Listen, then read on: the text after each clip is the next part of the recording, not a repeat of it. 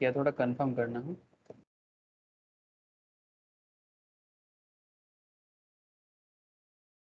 हुआ है क्या? हाँ ओके, तो फिर चलो सर बात को आगे बढ़ाते हैं। Good evening again. Last week class off था, फाइनेंस क्लास। आज क्या होगा सर फाइनेंस में? सर फाइनेंशियल मैनेजमेंट में हम लोग बात करेंगे कॉस्ट ऑफ इक्विटी में, है ना। मैं आपको कॉस्ट ऑफ इक्विटी रिगार्डिंग बात कर चुका था। कुछ इंपॉर्टेंट थ्योरी है कॉस्ट ऑफ इक्विटी में, एक बार मुझे आपसे बात कर लेना चाहिए। तो फिर कॉस्ट ऑफ कैपिटल का जो कंप्लीट ओवरव्यू है, जो जो इम्पोर्टेंट एरिया है सब कवर कर चुके होंगे। और फिर जाके नेक्स्ट वीक आपको मैं कैपिटल बजटिंग या फिर वर्किंग कैपिटल, ये दोनों में से कोई भी एक चैप्टर स्टार्ट करूँगा। Most probably capital budgeting start करूँगा और कुछ क्लासेस में आप लोगों को शेयर करूँगा, ठीक है, जो आप लोग घर पे भी करते रहिएगा। फिर लाइव में जैसे भी होता जाएगा आप रिविजन्स कर लीजिएगा, ठीक है। जियाउल को स्पेशली बोल रहा हूँ, ठीक है जियाउल, मैं क्लासेस शेयर कर हाँ लूँगा आजकल के अंदर, ठीक है। तो कुछ टॉपिक घर पे करते रहना रिकॉर्डेड में, और जब लाइव होगा उसको फिर से रिवाइज कर लेना, ठीक है। ओके, तो फिर जैसे कि आप सबको याद होगा हम लोग सर बात कर रहे थे कॉस्ट ऑफ इक्विटी में। मैं बोला था आप लोगों को लास्ट वीक कि आज मैं आपको CAPM बताऊंगा। याद आ रहा है क्या? CAPM क्या है? किसको याद आ रहा है CAPM के बारे में? Capital asset pricing model. Capital asset pricing model, very interesting model. ये इक्विटी कॉस्ट को कैलकुलेट करने का एक बहुत ही अच्छा तरीका है और बहुत ही सेलिब्रेटेड तरीका है। मतलब सेलिब्रेटेड मतलब मार्केट में जो हम लोग इक्विटी में इन्वेस्ट करते हैं ना सर, हम लोग तो इन्वेस्ट कर देते हैं, लेकिन कंपनी के लिए तो एक खर्चा है ना, क्योंकि कंपनी को जो इन्वेस्ट करते हैं उन्हें डिविडेंड देना पड़ता है ना। तो कंपनी के लिए जो कॉस्ट है वही तो कॉस्ट ऑफ इक्विटी है या कॉस्ट ऑफ कैपिटल है। जैसे कि आप लोग इससे पहले हम लोग कॉस्ट ऑफ कैपिटल के अंदर cost of debenture, cost of bond, cost of zero coupon bond, है ना, cost of preference share, cost of term loan, ऐसे various kinds of capital structure का कॉस्ट कैलकुलेट करना बहुत ही डिटेल्स में सीख के आए हैं सर। तो इक्विटी में बात कर रहे हैं, लास्ट वीक से मैं आपके साथ बात कर रहा हूँ इक्विटी में। जैसे लास्ट वीक मैंने आपको इक्विटी के बारे में कुछ इंटरेस्टिंग बात किया, ठीक है। जैसे कि इंटरेस्टिंग बात में से इम्पॉर्टेंट बात ये था कि इक्विटी शेयर होल्डर जो है ना सर, इक्विटी शेयर होल्डर को कितना रिटर्न चाहिए ना, इसका कोई प्रॉपर रूल्स नहीं है। सर क्या बात कर रहे हो? यस सर, जैसे लोन होल्डर को कितना चाहिए इसका एक फिक्स रेट होता है। प्रेफरेंस वाले डिविडेंड लेते हैं, लेकिन वो भी बता देते हैं कि उसको कितना रिटर्न चाहिए, या फिर वो पहले से डिसाइड हो जाता है कि हाँ प्रेफरेंस वाले को 12% या 14% या 11%, 10%, वट एवर भी दी अमाउंट प्री फिक्स होते हैं। लेकिन जब बात आता है इक्विटी शेयर होल्डर का, तो उसका कोई प्रॉपर रेट ऑफ रिटर्न नहीं होता कि भाई इस रेट में इक्विटी शेयर होल्डर को रिटर्न देना है। ज़्यादा आएगा तो ज़्यादा मिलता है, कम आएगा तो कम मिलता है, कुछ नहीं आएगा तो नथिंग, कुछ नहीं आएगा तो कुछ नहीं मिलता। तो ऐसे सिचुएशंस में कॉस्ट ऑफ इक्विटी कैलकुलेट करना इट्स रियली ट्रिकी, कॉम्प्लेक्स है। इसलिए आपको different kind of approach use किया जाता है मार्केट में, जिसमें आज मैं आपको CAPM के बारे में बात करूंगा। जैसे कि आप यहाँ पर अगर थोड़ा सा नजर डालोगे तो आप देखोगे यहाँ पर rate of return record wise share holder. सवाल ये उठता है कि जब एक शेयर होल्डर रिकॉर्ड रिटर्न मांगते हैं तो वो कंपनी के लिए ऑब्वियसली कॉस्ट है ना। लेकिन सवाल ये है कि शेयर होल्डर के लिए रिकॉर्ड रिटर्न है क्या? शेयर होल्डर के लिए रिकॉर्ड रिटर्न है क्या? सर डिबेंचर में बात हो सकता है, बॉन्ड में बात हो सकता है, प्रेफरेंस शेयर में, टर्म लोन पे, ये सब फिक्स्ड किया जा सकता है रिकॉर्ड रिटर्न के बारे में। लेकिन जब बात इक्विटी शेयर का होता है इसमें कोई फिक्स्ड सिस्टम नहीं काम करता सर, ठीक है। तो डिफरेंट डिफरेंट अलग अलग अप्रोच होते हैं। जैसे सेंसेक्स निफ्टी में आप लोग तो पता ही है आप लोगों को, ठीक है। सेंसेक्स कभी अप होता है कभी डाउन होता है, निफ्टी कभी अप होता है कभी डाउन होता है, ठीक है। न्यू न्यू IPO आ रहा है सर, हाँ आज खबर मिला सर, मोस्ट प्रोबेबली LIC भी आ जाएगा 4 मई को, यस डिक्लेयर कर दिया सर, आईपीओ डेट डिक्लेयर कर दिया। जिनको एलआईसी का शेयर खरीदना है, एलआईसी भारत का सबसे बड़ा सेविंग्स होल्डर सर, इनके पास बहुत पैसा है, ठीक है।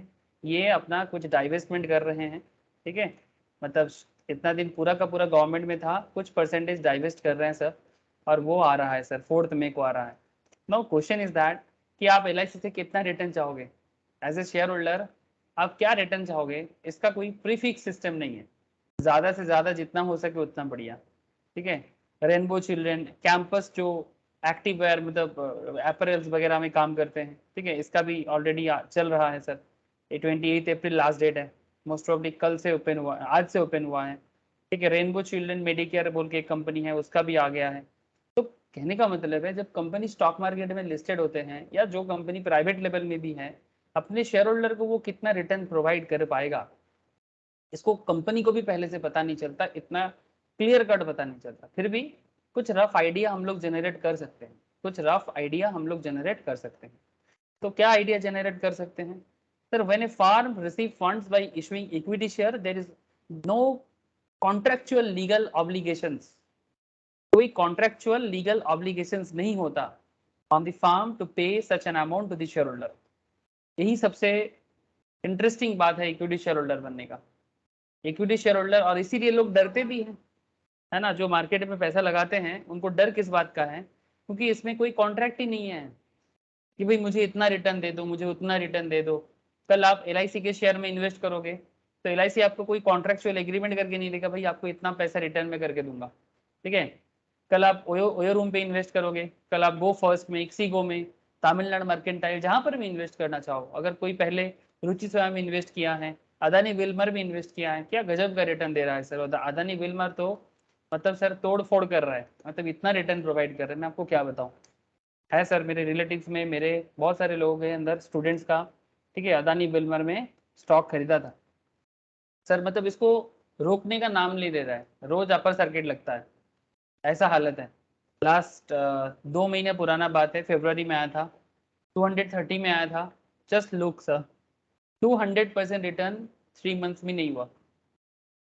मतलब क्या बताऊं आपको, मतलब जितना कम बोलो उतना मतलब अच्छा है। कुछ लोग पेटीएम में इन्वेस्ट करके बहुत चिंता में हैं ठीक है, लेकिन डोंट वरी, पेटीएम धीरे धीरे रिकवर कर जाएगा, ठीक है। बहुत नीचे गिर गया था, वापस आ रहा है, मतलब दोनों पहलू देखो आप, ठीक है, दोनों पहलू देखो। एक स्टॉक 60% नीचे गिर गया, दूसरा स्टॉक 200% ऊपर चला गया, ठीक है। मतलब पॉइंट इज दैट कि ठीक है, अब पेटीएम भी रिकवर करेगा, थोड़ा समय लगेगा। अदानी विल्मर को रोकना मुश्किल हो रहा है और पेटीएम को नीचे की तरफ नेगेटिव रोकना मुश्किल हो रहा है, बट जो भी हो, बट कोई हार्ड एंड फास्ट रूल नहीं है। वही मैं आपको समझाना चाहता हूँ कि इक्विटी शेयर होल्डर को कितना रिटर्न मिलेगा, तो इसमें कोई हार्ड एंड फास्ट रूल नहीं होता। हाउएवर सिस्टम क्या है sir, shareholders know that they are residual claim, they have residual claim. Residual मतलब लास्ट में जो बचा कुचा रहेगा, ज्यादा रहेगा तो ज्यादा ही है, कम रहेगा तो कम ही। रेसिडुअल क्लेम होते हैं किसका, शेयर होल्डर का, किस पे, कंपनी पे, कंपनी के शेयर्स पे, as well as the assets of the company in the events of liquidation। Residual claim मतलब सबसे लास्ट में मिलता है, ज्यादा है तो ज्यादा, कम है तो कम, कुछ नहीं तो कुछ नहीं। So shareholders take on higher risk. तो शेयर होल्डर सबसे ज्यादा रिस्क लेते हैं, कौन सा shareholder, equity shareholder, compare to डेब्ट होल्डर्स। लोन वाले रिस्क कम लेते हैं बिकॉज वो फिक्स रिटर्न के कमिटमेंट में आता है सर, फिक्स रिटर्न के कमिटमेंट में आते हैं। जो लोन प्रोवाइड करते हैं कंपनी को, उनको उनको रिस्क नहीं लेना है, वो एक फिक्स रेट पे आते हैं, 7%, 8%, 9%, 10%, ठीक है, और उसी हिसाब से वो करते हैं। सो इक्विटी शेयर होल्डर का जो रिटर्न है, इसको कैलकुलेट करने के लिए कुछ अप्रोच हम लोगों ने लास्ट वीक पढ़ा था सर। इसमें एक अप्रोच था रिक्वायर्ड रिटर्न अप्रोच, या फिर आप ऐसे बोल सकते हो bond yield plus differential risk premium, ठीक है। Bond yield plus differential risk premium, sir ये क्या होता है सर? बॉन्ड मतलब सर जो एक सिक्योर्ड एरिया होता है जो गवर्नमेंट इशू करते हैं, बॉन्ड में जो मार्केट में यील्डिंग है, अगर बॉन्ड यील्ड 14% है तो 14% तो आपको मिलना ही चाहिए, मतलब आप इतना तो एक्सपेक्ट कर ही सकते हो, because this is a safe area of investment, government bond. तो अगर गवर्नमेंट बॉन्ड आपको 14% रिटर्न देता है, तो इक्विटी शेयर से आपका एक्सपेक्टेशन थोड़ा रिस्क के साथ, अगर रिस्क प्रीमियम है, रिस्क के लिए आप कुछ प्रीमियम चार्ज कर रहे हो, तो से फॉर एग्जाम्पल 3%, तो ओवरऑल आपको 17% रिटर्न तो चाहिए ही चाहिए। लेकिन सवाल ये उठता है, रिस्क प्रीमियम 3% है, इसका क्या गारंटी है सर? मतलब ये 3% ही होगा, इसका जस्टिफिकेशन क्या है? सर आप लोगों को बात समझ में आ रहा है ना? हेलो, हाँ सर। है ना? रिस्क प्रीमियम 3% होगा, इसका जस्टिफिकेशन क्या है? लॉजिक क्या काम कर रहा है इसके पीछे? ये इसका सबसे बड़ा लिमिटेशन है। तो ये लिमिटेशन को थोड़ा सा कवर अप करने के लिए एक दूसरा अप्रोच आया, जिसका नाम दिया गया रियलाइज्ड यील्ड अप्रोच, जिसमें एवरेज किया गया yield that is return on stock for a year, जो मोटा मोटी लास्ट 3-4 साल का एक एवरेज रिटर्न आपको देता है। उतना रिटर्न आप मतलब रिक्वायर्ड रिटर्न आप मतलब एक्सपेक्ट कर सकते हो स्टॉक से। और उसके लिए कैलकुलेशन टेक्निक था जो मैंने आपको लास्ट वीक सॉल्व भी कराया। ठीक है, डिफरेंट डिफरेंट ईयर में डिफरेंट डिफरेंट रिटर्न अमाउंट था, तो ओवरऑल आपको एवरेज करके एक रिटर्न मिला था 11.39 something, but that is also not very scientific. तो अब इसी कॉन्सेप्ट में थोड़ा आगे बढ़ेंगे सर। आज मैं आपको बीटा का कॉन्सेप्ट बताऊंगा, जो म्यूचुअल फंड में इक्विटी शेयर में यूज होता है, रिस्क फैक्टर को डिटरमाइन करने के लिए हेल्प करते हैं। ठीक है, बीटा जो रिस्क फैक्टर को डिटरमाइन करने में हेल्प करते हैं। बहुत ही इंटरेस्टिंग कॉन्सेप्ट है सर, ध्यान से सुनोगे समझोगे तो आप लोग रियल लाइफ में बहुत बेनिफिट ले सकते हो यहाँ से। चलो सर, हेडिंग बनाओ और CAPM सीखो। ठीक है, बहुत ही इंपॉर्टेंट और सेलिब्रेटेड थ्योरी भी माना जाता है। शॉर्ट क्वेश्चंस, ब्रॉड क्वेश्चंस, कुछ भी सवाल हो सकता है।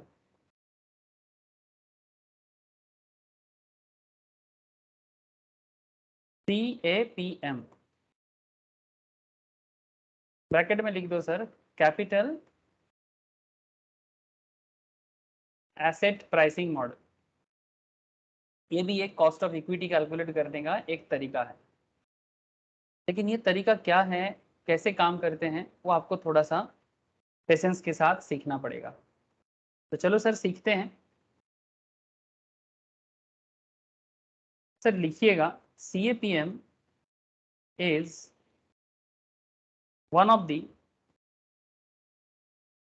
मोस्ट सेलिब्रेटेड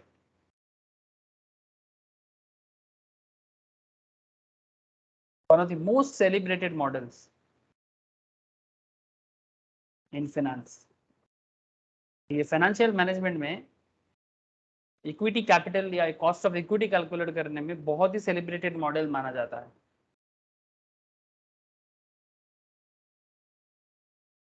और नॉट जस्ट इन इंडिया, मतलब ये सब दुनिया भर में चलता है सर। US में भी चलता है, UK में भी चलता है, जापान में भी चलता है। Let us sequentially divide the CAPM।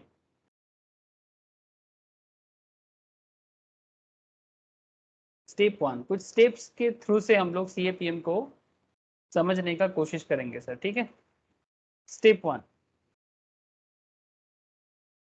Start with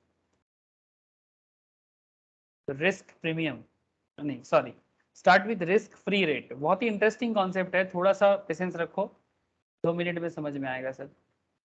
start with risk free rate, that is yield on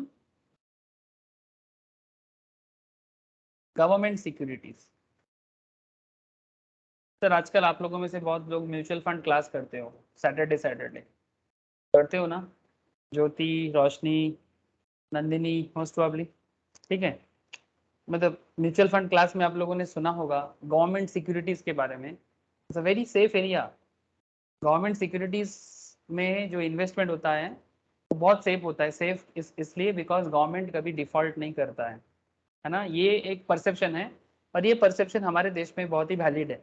ठीक है, गवर्नमेंट फेलियर नहीं करेगा, because sir government is eight public service basically. तो गवर्नमेंट फेलियर करेगा तो मतलब सोचो कि क्या हालत हो सकता है कंट्री का।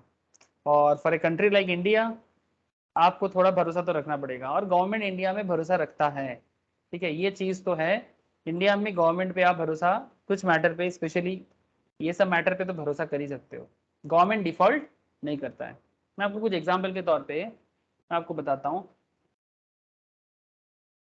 म्यूचुअल फंड में बताता हूँ सर, ठीक है। एग्जाम्पल मैं लास्ट वीक भी शायद बताया था थोड़ा सा सर। ये पराग पारिक म्यूचुअल फंड का एक डेटा सेट है, फैक्ट शीट्स है। नॉर्मली इन्वेस्टमेंट वगैरह होता है तो म्यूचुअल फंड क्लास में भी डिस्कस कर देता हूँ कि क्या होता है क्या चलता है। तो जैसे आप यहाँ पर देख सकते हो, पराग पारिक फ्लेक्सी कैप फंड, ठीक है। ये थोड़ा सा इक्विटी ओरिएंटेड फंड है, मतलब इसमें फॉरेन इन्वेस्टमेंट भी है सर। मतलब आप इंडिया में बैठ के फॉरेन कंट्री में जैसे कि फेसबुक में, गूगल में इन्वेस्टमेंट कर सकते हो। और यहाँ पर ये फंड के थ्रू से आपका अल्फ़ाबेट मतलब गूगल, माइक्रोसॉफ्ट, ठीक है, अमेजन, मेटा मतलब फेसबुक, सुजुकी मोटर, ये सब कंट्री के बड़े बड़े कंपनी के अंदर इन्वेस्टमेंट है। बट ये सब इक्विटी इन्वेस्टमेंट है सर।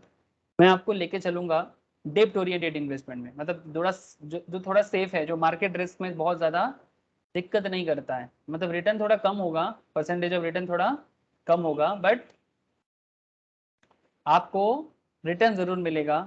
ऐसा फंड है, इसका नाम यहाँ पर बोला है कंजर्वेटिव हाइब्रिड फंड, ठीक है। कंजर्वेटिव है, ज़्यादातर गवर्नमेंट फंड में इन्वेस्ट किया है। आप देख सकते हैं यहाँ पर, क्या आपको दिखाई दे रहा है sir? Please tell me. Government securities दिख रहा है? हेलो, हाँ सर। है ना? ये देखो सर, यहाँ पर आपको सोवेरिन दिखेगा और ये बहुत ही सेफ रिटर्न देने वाला एक जगह है, ठीक है। जैसे आप देख सकते हो 8.16% स्टेट गवर्नमेंट राजस्थान 9 मई 2028 को मैच्योर करेगा, ठीक है। 8% state of government of Kerala, 7.92 state government of Uttar Pradesh, 7.88 government of Madhya Pradesh, ठीक है। सिमिलरली पंजाब, तमिलनाडु, तेलंगाना, उत्तर प्रदेश, गोवा, केरला, ठीक है। अलग अलग स्टेट आपसे लोन लिया है। आप कंपनी में, आप as a individual mutual fund company के थ्रू से गवर्नमेंट सिक्योरिटीज में इन्वेस्टमेंट कर दिए, ठीक है। तो ये बहुत ही सेफ है। तो गवर्नमेंट बॉन्ड जो है, ये पैसा आपका डिफॉल्ट होने वाला नहीं है। सो बात ये है सर, आपको इक्विटी से कितना रिटर्न चाहिए, उसका एक सिंपल फॉर्मूला हर जगह में आप अप्लाई करा सकते हो। दैट इज, जहां रिस्क नहीं है ऐसे जगह से आपको कितना मिलता है, ये तो आपको चाहिए ही चाहिए, है ना। तो इसीलिए स्टेप 1 में क्या करना है, start with risk free rate, that is yield on government securities. कि करेंटली मार्केट में गवर्नमेंट सिक्योरिटीज आपको कितना रिटर्न प्रोवाइड कर पाते हैं। तो अगर गवर्नमेंट सिक्योरिटीज 8% प्रोवाइड कर रहा है आपको एवरेज में, तो फिर उतना रिटर्न तो आप इक्विटी से एक्सपेक्ट कर ही सकते हो। या फिर कंपनी को भी इतना रिटर्न तो पब्लिक को देना ही पड़ेगा, नहीं तो पब्लिक आपके पास क्यों आएगा, है ना। बिग क्वेश्चन, थोड़ा सेंस लगा के ही समझा जा सकता है। से फॉर एग्जाम्पल हम इसको कितना मान लेंगे सर? चलो 8% मान लेते हैं, से 8%। तो start with risk free rate that is yield on government securities से 8%, ठीक है। अच्छा, जो मार्केट में अभी चल रहा है मैंने वही रेट आपको लिखने के लिए बोला। Step 2, we are buying the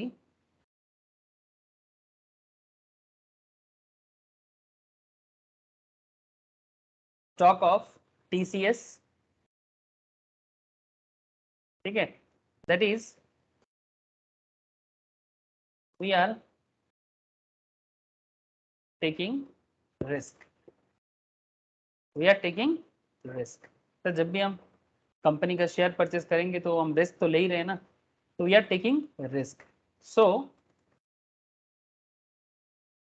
we sir required TCS क्या है? Tata consultancy service. ओ, नहीं मुझे लगा दूसरा कुछ। नहीं नहीं, ये टीसीएस रे बाबा।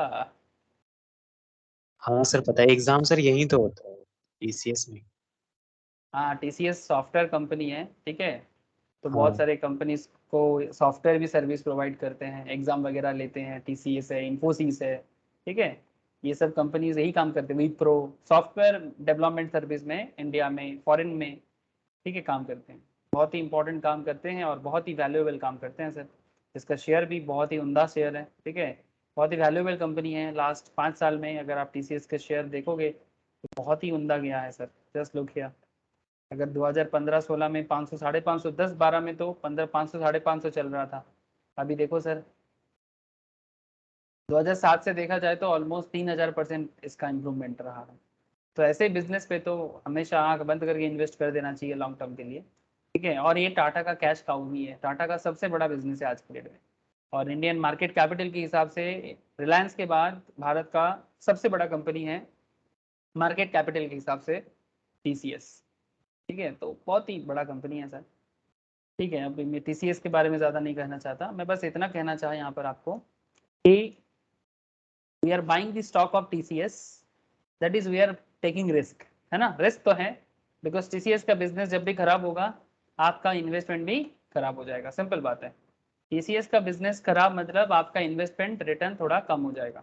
अब डिपेंड करता है कि आपका लॉन्ग टर्म इन्वेस्टमेंट है, शॉर्ट टर्म इन्वेस्टमेंट है। जैसे अगर मैं आपको 1 मंथ रिटर्न दिखाऊं, मतलब इन्वेस्टमेंट एरिया दिखाऊं, तो टीसीएस मार्केट गिरा है इसका 3700 से ये नीचे की तरफ ही आया है। 6 मंथ्स के हिसाब से देखो तो ये साइडवेज में है। साइडवेज मतलब एवरेज उसी एरिया में बार बार घूम रहा है, ठीक है। ना ज्यादा ग्रोथ दिया ना ज्यादा डाउन में गया, ठीक है। 6 महीने के हिसाब से, 1 साल के हिसाब से देखो तो साइडवेज ही बोलेंगे, ठीक है। 3800, फिर नीचे कोरोना प्रॉब्लम के कारण सेकेंड वेव, ठीक है, 2022 का। उसके बाद फिर से अपने आप को ठीक किया। 1 साल में देखा जाए तो ग्रोथ ही दिया है 3000 से 3500 के आसपास, 13-14% ग्रोथ है इसका। लेकिन अगर आप 5 साल का ग्रोथ देखोगे तो बहुत ही उमदा है, 200% का ग्रोथ है। अगर आप मैक्सिमम 2007 से देखोगे तो लंबा टाइम के लिए बहुत भयंकर ग्रोथ दिया है, दैट इज ऑलमोस्ट 3000% के आसपास। सो कहने का मतलब और कुछ नहीं है कि आप जब इन्वेस्ट करते हो तो आप बेसिकली रिस्क ले रहे हो, क्योंकि कंपनी आपके साथ कोई कॉन्ट्रेक्चुअल एग्रीमेंट नहीं करता कि भाई आप कंपनी में इन्वेस्ट करोगे तो कंपनी आपको इतना रिटर्न देगा ही देगा। वो सिर्फ लोन वाले को देता है, प्रेफरेंस शेयर वाले को देता है, ठीक है। इक्विटी शेयर वाले के लिए ऐसा कोई कमिटमेंट नहीं होता। तो we are buying the stock of TCS, that is we are taking risk. So we are taking risk, so we required हमें क्या चाहिए, we required return,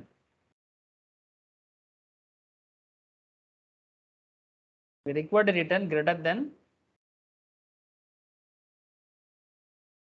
greater than what sir, greater than RF। Sir point to be noted sir, जब भी आप कहीं पर invest कर रहे हो अब इतना रिटर्न तो एक्सपेक्ट करोगे ही ना। जब आप मार्केट में किसी स्टॉक में इन्वेस्ट कर रहे हो, चाहे वो टीसीएस हो, अदानी हो, पेटीएम हो, जो भी कंपनी में आप इन्वेस्ट कर रहे हो, आपका इन्वेस्टमेंट डिसीजन सही है कि नहीं है, ठीक है। अगर आप 1 ईयर के पैरामीटर में सोच रहे हो, इन्वेस्टमेंट मतलब थोड़ा लॉन्ग टर्म के लिए सोचना चाहिए, कम से कम एक साल, ठीक है। तो सर एक गवर्नमेंट बॉन्ड आपको कितना रिटर्न प्रोवाइड कर रहा है, just look at here. Government bond आपको एवरेज कितना रिटर्न दे रहा है सर, बोलो। 8% दे रहा है ना, 8-8.5% ऑलमोस्ट, ये सर नो। ये सब गवर्नमेंट बॉन्ड है, स्टेट गवर्नमेंट का बॉन्ड है, दिखाई दे रहा है क्या आपको। हाँ सर। ये जो पराग पारिक का जो म्यूचुअल फंड है, ये बेसिकली बॉन्ड बेस्ड एक म्यूचुअल फंड है। मतलब टोटल इन्वेस्टमेंट का एक बहुत बड़ा हिस्सा, मतलब ऑलमोस्ट 75% हिस्सा ये कंपनी क्या कर रहा है, बॉन्ड में इन्वेस्ट कर रहा है, और इसके बदले में आपको रिटर्न देगा। मतलब 8-9% रिटर्न तो आपको एकदम बिल्कुल आपको मिलेगा ही मिलेगा, ठीक है। तो जब इतना सेफ इन्वेस्टमेंट एरिया है आपके पास, तो फिर आप इक्विटी में इन्वेस्ट करके अगर 8% भी रिटर्न नहीं कमा पाते तो फिर क्या मतलब है इक्विटी में इतना दिमाग लगाने का। हाँ सर, ये सर नो, ये सर नो, हाँ सर। ये सर। सो इतना रिटर्न तो आपको चाहिए ही चाहिए। तो ये तो कॉमन सेंस है कि भाई जो मार्केट में गवर्नमेंट सिक्योरिटीज हैं जो हमें इतना 8% के आसपास रिटर्न आज के डेट में देता है, तो उतना रिटर्न तो हम हमेशा एक्सपेक्ट करेंगे। अगर हम उतना रिटर्न इकट्ठा करने भी नाकाम रहते हैं, इसका मतलब कहीं ना कहीं हमें अपने आप को अपना खुद का एनालिसिस को सोचना चाहिए कि हमें कोई तो गलती हुआ है सर, कुछ तो गड़बड़ हुआ है सोचने में या फिर डिसीजन मेकिंग में। सो आपको क्या चाहिए, रिस्क फ्री रिटर्न तो आपको चाहिए ही चाहिए। तो आपको चाहिए क्या, greater, you required rate of return greater than RF होना चाहिए। RF मतलब रिस्क फ्री, RF का मतलब होता है risk free.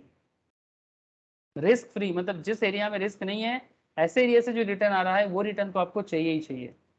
So now RE, that is required return from TCS, must be RF plus risk premium, RF plus risk premium, okay। Now risk premium क्या है, ये तो थोड़ा सा समझना पड़ेगा ना। इससे पहले हम लोग एक क्वेश्चन सॉल्व किए थे रियलाइज्ड यील्ड अप्रोच में, सॉरी बॉन्ड यील्ड और इसमें नॉर्मल रिकॉर्ड रिटर्न पे, जिसपे हम लोग बॉन्ड यील्ड को लिए थे जैसे रिस्क फ्री है, और रिस्क प्रीमियम को हम लोग सब्जेक्टिवली डिटरमाइन कर रहे थे, है ना सर। 3%, कभी 4%, कभी 2%, मर्जी हिसाब से। लेकिन क्या हमेशा मार्केट अपने मर्जी से थोड़ी ना चलता है, मार्केट अपने मर्जी से थोड़ी ना, मतलब हमारे मर्जी से नहीं चलता है, मार्केट अपने मर्जी से चलता है। अब सवाल ये उठता है कि ये रिस्क प्रीमियम कितना होगा, इसका डिसीजन कैसे लिया जा सकता है।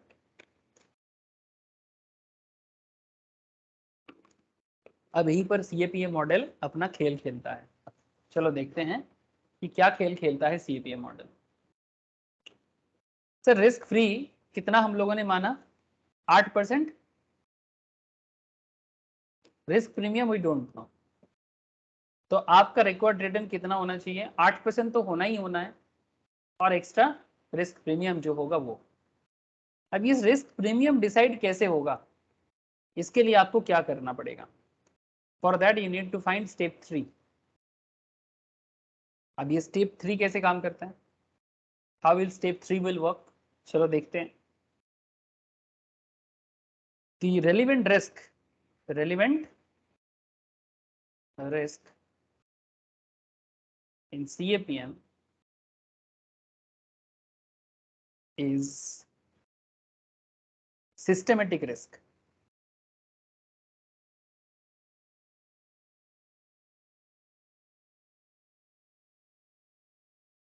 Captured by beta, alpha beta gamma जैसे होता है ना, ये सब लैटिन मैथमेटिकल कॉन्सेप्ट है, ग्रीक मैथमेटिकल कॉन्सेप्ट है, ठीक है।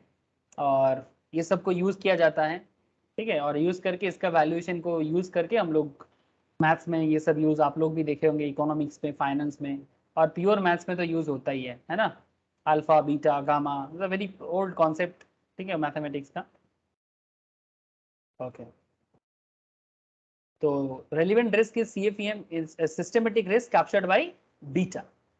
सो बीटा ऑफ स्टॉक, अभी देखो मैथ्स में बीटा क्या करता है नहीं करता इतना डिटेल्स में हम लोग नहीं जाएंगे, और मुझे इतना नॉलेज है भी नहीं मैथ्स का, ठीक है। बस फाइनेंस में मैथ्स को अप्लाई कैसे करना है, दिस इज एप्लीकेटिव, मतलब फाइनेंस, तो एप्लीकेशन एरिया में कहाँ क्या काम करता है मैं उतना ही आपको बता सकता हूँ। Relevant risk is a CAPM is systematic risk captured by beta. The beta of a stock,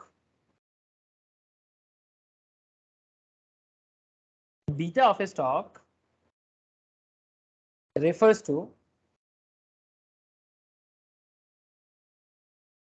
sensitivity. आप लोग अगर कभी इकोनॉमिक्स पढ़े हो, माइक्रो इकोनॉमिक्स स्पेशली, वहां पर इलास्टिसिटी ऑफ डिमांड पढ़ाया जाता है, पढ़े हो सर इलास्टिसिटी ऑफ डिमांड? हाँ हाँ, इलास्टिसिटी ऑफ डिमांड क्या है, percentage change in quantity demand due to percentage change in price, है ना। हाँ प्राइस के मतलब वहां पर ऐसे होता है, वहां पर डेल्टा का यूज होता है ना, परसेंटेज हाँ delta Q divided by percentage delta T, है ना। वहां पर ये डेल्टा यूज होता है, जैसे हम लोग यहाँ पर बीटा का यूज कर रहे हैं, वहां पर डेल्टा का यूज होता है, डेल्टा रेफर्स टू चेंज। सो वहां पर क्या कॉन्सेप्ट काम करते हैं इलास्टिसिटी पे, कि अगर प्राइस 1% चेंज होता है, चेंज पॉजिटिव भी हो सकता है, नेगेटिव भी हो सकता है।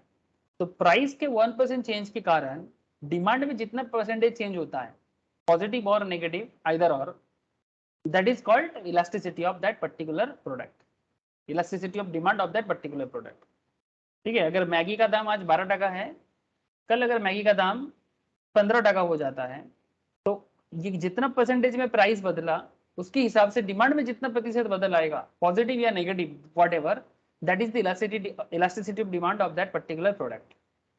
तो एग्जैक्टली जैसे माइक्रो इकोनॉमिक्स में इलास्टिसिटी ऑफ डिमांड काम करता है, वैसा ही थोड़ा वेरिएशन के साथ बीटा का यूज होता है। तो बीटा कैसे यूज करोगे आप, the relevant risk in CAPM is systematic risk captured by beta, and beta of a stock refers to, किसी भी स्टॉक का बीटा का मतलब ये होता है sensitivity of stock, refers to a sensitivity, मतलब कितना सेंसिटिव है वो particular stock, sensitivity of the stock return, sensitivity of the stock return to the return on market portfolio, to the return on market portfolio। समझाता हूँ, रुको। Return on market portfolio. अब market कैसे समझ में आएगा?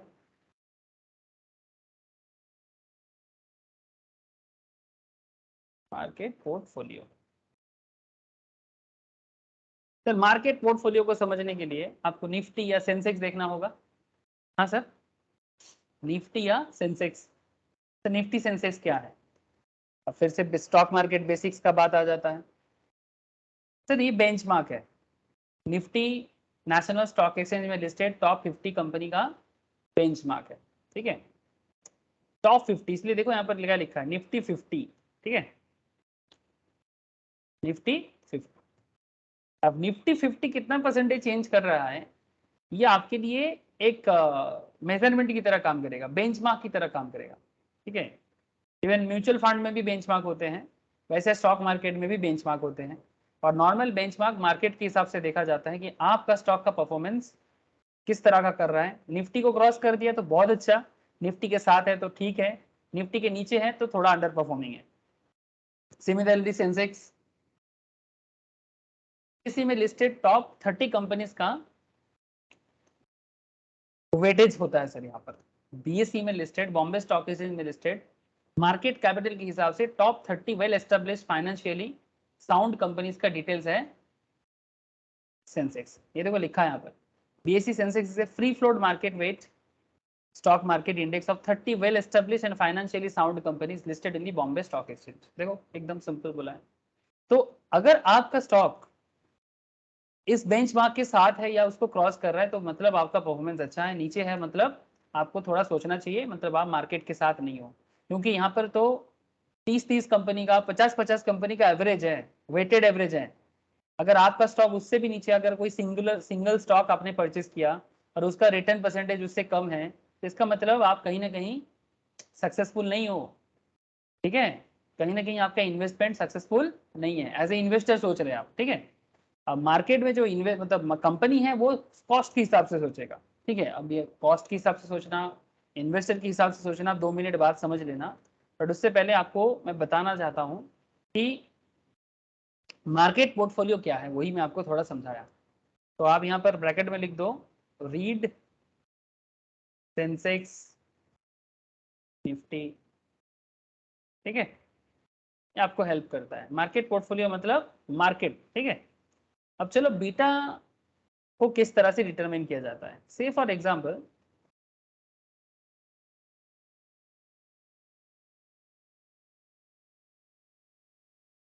किसी पर्टिकुलर स्टॉक का बीटा दिया है, ठीक है। अब जिसका बीटा जितना हाई है, जिसका बीटा जितना हाई है उसका सेंसिटिविटी उतना हाई होगा, ठीक है।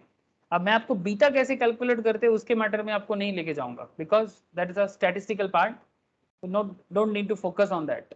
हमारा फोकस एरिया रहेगा बीटा के हिसाब से, बीटा को पहचानना है, ठीक है।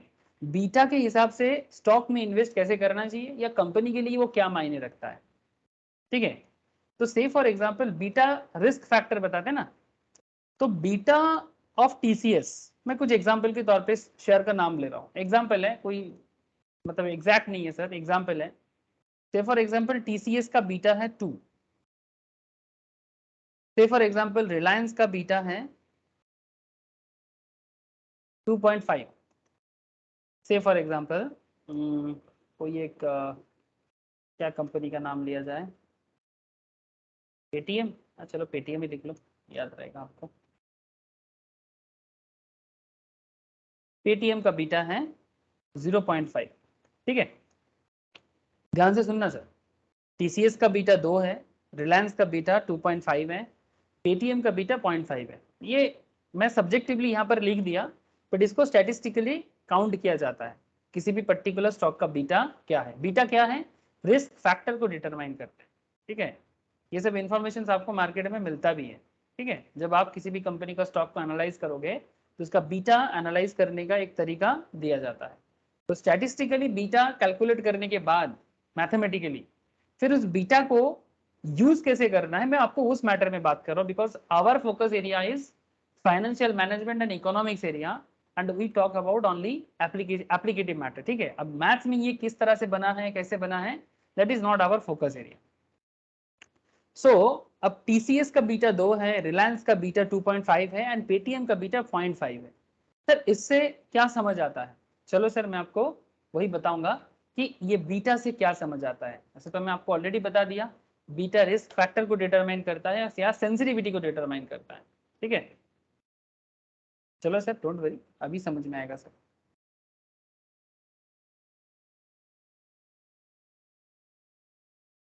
तो प्लीज लिखिएगा, जो लोग अभी अभी ज्वाइन किए वो इसके बाद से लिखे, बाकी पार्ट बाद में क्लास देख के वापस लिख लेना। 2 पेज छोड़ सकते हैं आप लोग, ठीक है, 2 पेज छोड़ सकते हो, ज़्यादा नहीं, मैं बस इतना बोलूँगा 2 पेज छोड़ दो, 2 भी नहीं, एक पेज और आधा पेज। ठीक है, चौथा अनिमेश आप लोगों के लिए बोला, ठीक है।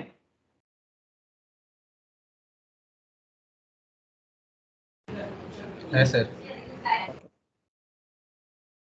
अच्छा, इफ मार्केट सेंसेक्स, ठीक है, सेंसेक्स और निफ्टी जो भी है, जो बेंचमार्क की तरह काम करते हैं, सेंसेक्स और निफ्टी, ठीक है, चेंजेस बाय 1,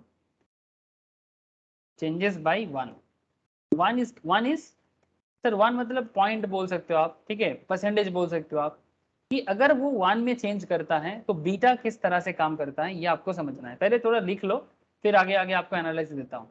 ठीक है, मार्केट सेंसेक्स और निफ्टी चेंजेस बाय 1, ठीक है, चेंजेस बाय 1, इससे बीटा में क्या फर्क पड़ता है?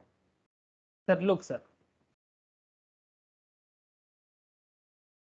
फर्क पड़ता है टीसीएस के लिए, रिलायंस के लिए और पेटीएम के लिए। तो TCS changes by 2%, changes by 2, percentage मत लो, सिर्फ 2 लिखो। अगर सेंसेक्स चेंजेस बाय, सेंसेक्स और Nifty changes by 1, that is TCS changes by 2, Reliance changes by कितना, रिलायंस का बीटा कितना रखे थे 2.5, तो फिर रिलायंस चेंजेस बाय 2.5, पॉजिटिव और नेगेटिव वाइस वर्सा जो भी होगा, and Paytm changes by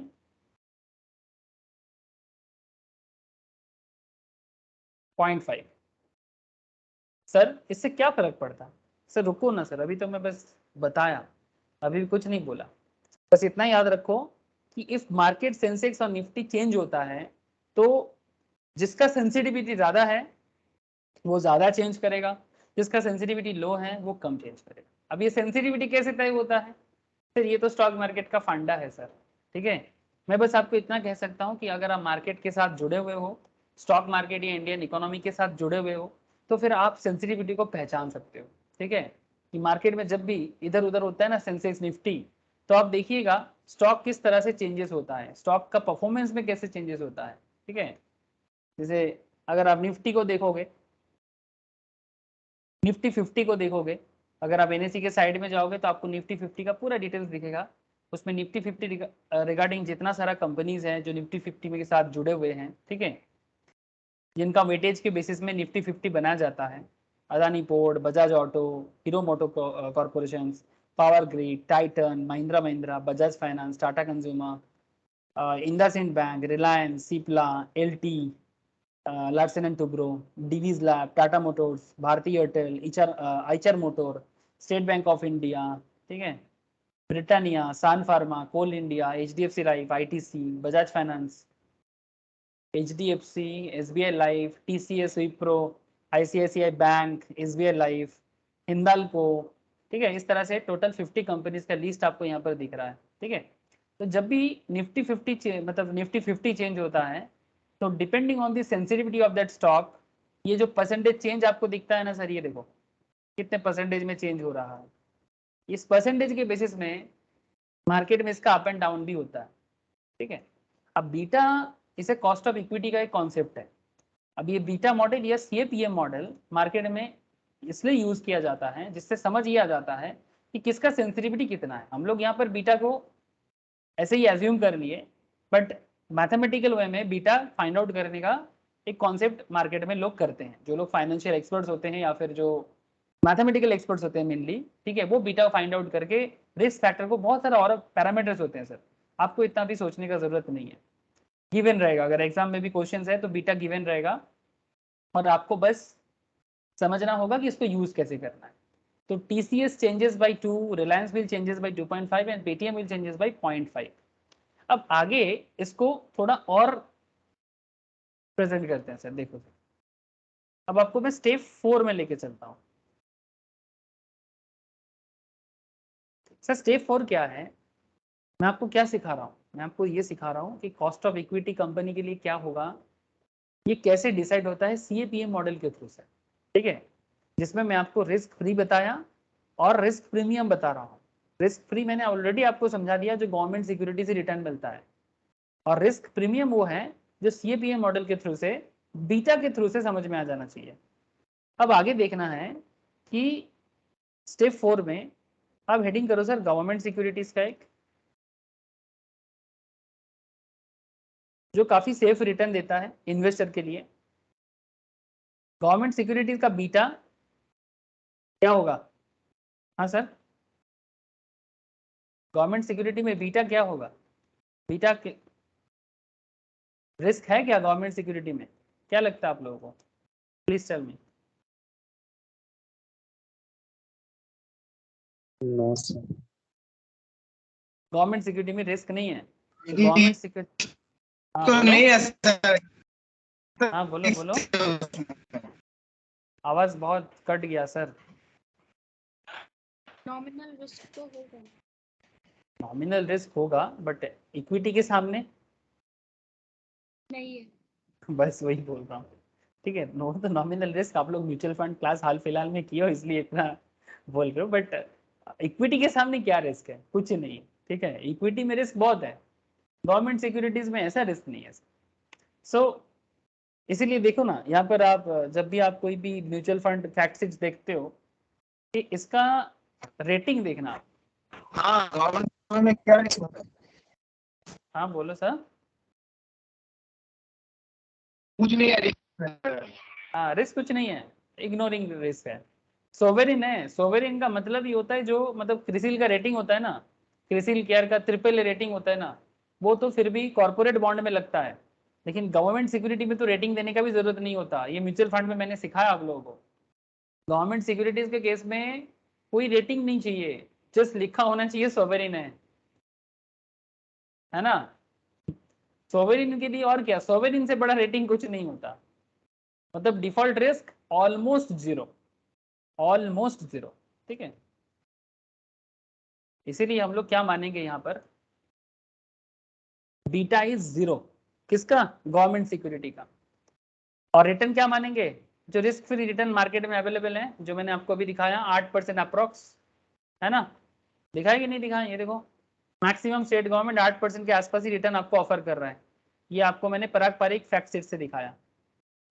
so risk free है 8%, तो बीटा जीरो है, रिटर्न 8%, कम से कम आपको रिस्क फ्री मिल ही रहा है, ये तो आप एक्सपेक्ट कर ही सकते हो। अब आपके सामने दूसरा पॉइंट है market portfolio. Market portfolio in the sense Sensex Nifty इस तरह का, इसका बीटा अगर 1 है, ठीक है, इसका बीटा अगर 1 है और इसका रिस्क, मार्केट रिस्क कितना है, ठीक है, यहां पर मैं थोड़ा सा इसको मान लेता हूं 11%, 11% प्रीमियम मानना पड़ेगा सर, मार्केट है, थोड़ा हाई रेट में मान दिया क्योंकि इसका कोई हार्ड एंड फास्ट ऐसा रूल है नहीं। तो मार्केट पोर्टफोलियो बीटा अगर 1 है और मार्केट रिस्क प्रीमियम अगर 11% है, तो मार्केट मतलब बेसिकली RM, ठीक है, RM का मतलब हो जाता है मतलब पोर्टफोलियो मार्केट का रिटर्न, रिटर्न इतना है, मार्केट रिटर्न इसका इतना है 11%। सो यहां से आप कैलकुलेट कर सकते हो मार्केट रिस्क प्रीमियम कितना।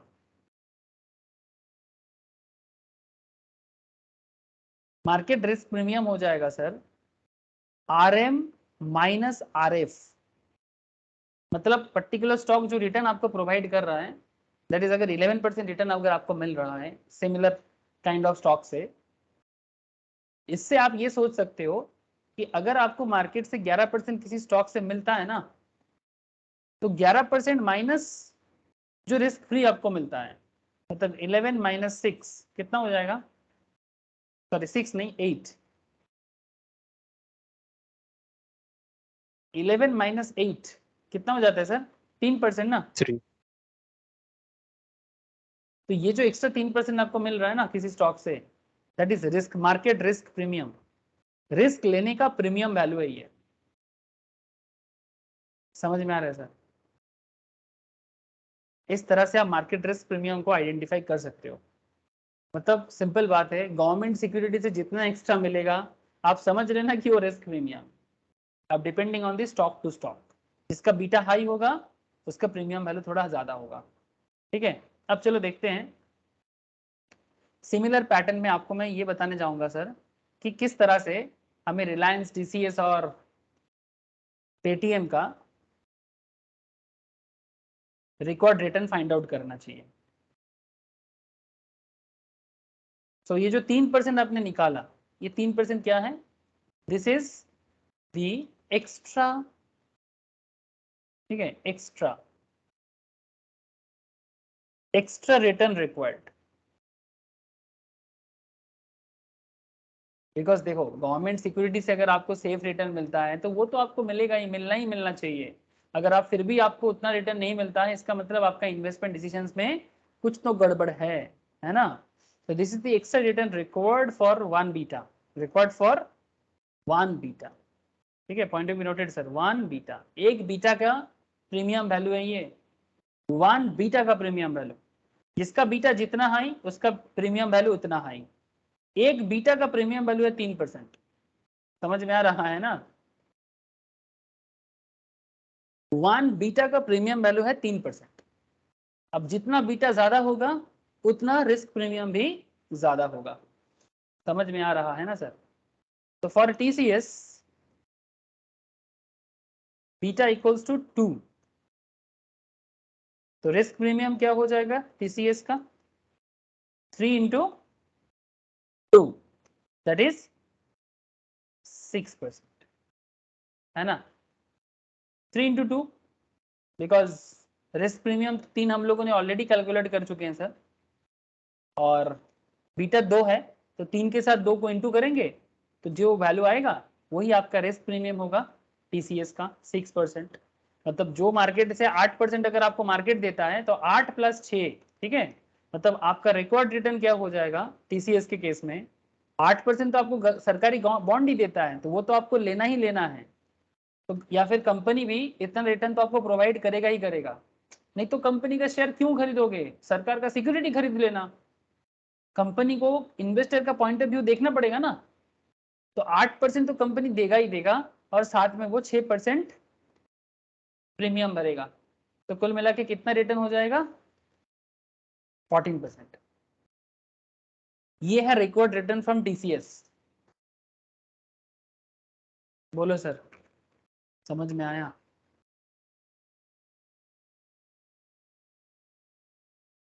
हाँ सर। रिलायंस का कैलकुलेट करो और पेटीएम का भी कैलकुलेट करो।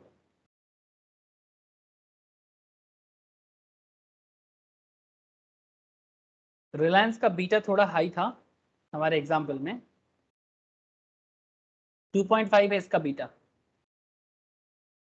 तो अगर रिलायंस का बीटा 2.5 है तो रिस्क प्रीमियम कैलकुलेट कैसे होगा, 3 इंटू 2.5, तो ये हो जाता है 5.5। देयरफॉर रिकॉर्ड रिटर्न क्या हो जाएगा, 8% तो मिल ही रहा है, प्लस 5.5, 15.5 10 या 13, ओ सॉरी मैंने गलत किया, ये 6.5 होगा ना, 2.5 इंटू 3, 7.5 होगा सर। 3 7.5, into 2.5 हाँ। Sorry sorry sorry,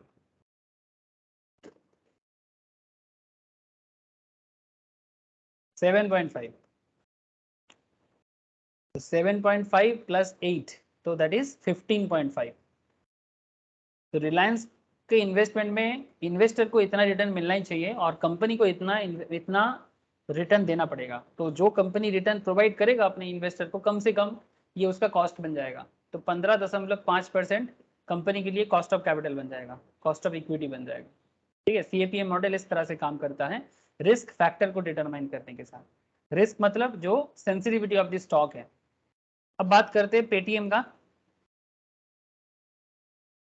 in our example सबसे लो बीटा वाला स्टॉक फॉर पेटीएम, प्लीज बताओ सर एक बार मुझे, पेटीएम का क्या होगा? 0.5 Paytm beta equals to 0.5, risk premium क्या हो जाएगा? 3 into 0.5, यस 1.5%। 1.5। तो रिकॉर्ड रिटर्न क्या हो जाएगा? 8% तो मिल ही रहा है गवर्नमेंट से, इतना तो देना ही पड़ेगा, प्लस 1.5 9.5%। मतलब ये कम से कम कॉस्ट कंपनी को उठाना पड़ेगा और इन्वेस्टर को एक्सपेक्ट करना चाहिए। समझ में आ रहा है सर सीएपीएम कैसे काम किया? इसको बोलते हैं कैपिटल एसेट प्राइसिंग मॉडल। एक बार फिर से आपको रिवाइज कराता हूँ, जो मैंने इतना देर से आपको समझाने का कोशिश कर रहा, एक बार फिर से मैं रिवाइज करा रहा हूँ, ध्यान से सुनो। जो लोग क्लास में नहीं थे उस टाइम पे वो भी सुन लो। Sir CAPM is the one of the celebrated model in the finance, ठीक है। तो इसको समझाने के लिए मैंने आपको कुछ एग्जाम्पल के लिए सहारा लिया। Start with risk free rate. Risk free rate मतलब ऐसा इन्वेस्टमेंट एरिया जहाँ रिस्क नहीं है या रिस्क बहुत ही लो है, या तो नहीं है या तो बहुत ही लो है। और मैंने आपको प्रैक्टिकल एग्जाम्पल के लिए पराग पारिक का कंजर्वेटिव हाइब्रिड फंड दिखाया, जहां पर गवर्नमेंट बॉन्ड में सरकारी इन्वेस्टमेंट ज्यादा है, किसका? इस पर्टिकुलर फंड का, और ये मोटा मोटी 7-8% रिटर्न आपको दे देता है सर। ये देखो, देख सकते हैं आप यहाँ पर किस तरह से रिटर्न जनरेट किया है, 7%, 8%, थोड़ा 100 डेम के लिए 5.5-6% के आसपास का रिटर्न दिया है। ओवरऑल 7-9% आसपास के रिटर्न गवर्नमेंट बॉन्ड से मिल जाता है, म्यूचुअल फंड को ही मिल जाता है, तो डायरेक्ट में तो क्या मिलेगा? ठीक है। तो ना क्वेश्चन इज दैट कि सर इसका मतलब ये होता है कि जब आप किसी पर्टिकुलर कंपनी की तरफ से उसका cost of equity find out करने का कोशिश करोगे कि कितना होना चाहिए कंपनी का कॉस्ट ऑफ इक्विटी, तो आप सबसे पहले ये देखो कि मार्केट में रिस्क फ्री एरिया क्या है। जैसे कि गवर्नमेंट सिक्योरिटीज, तो गवर्नमेंट सिक्योरिटीज मार्केट में आज के डेट में 8% चल रहा है एवरेज में, मैं उसी लिए 8% लिया। लेकिन सवाल ये उठता है सर रिस्क प्रीमियम क्या होगा? यही रिस्क प्रीमियम का खेल को समझाने के लिए मैंने बीटा का सहारा लेना पड़ा मुझे, जो सीएपीएम मॉडल आपको बताते हैं। The relevant risk in CAPM is systematic risk captured by beta.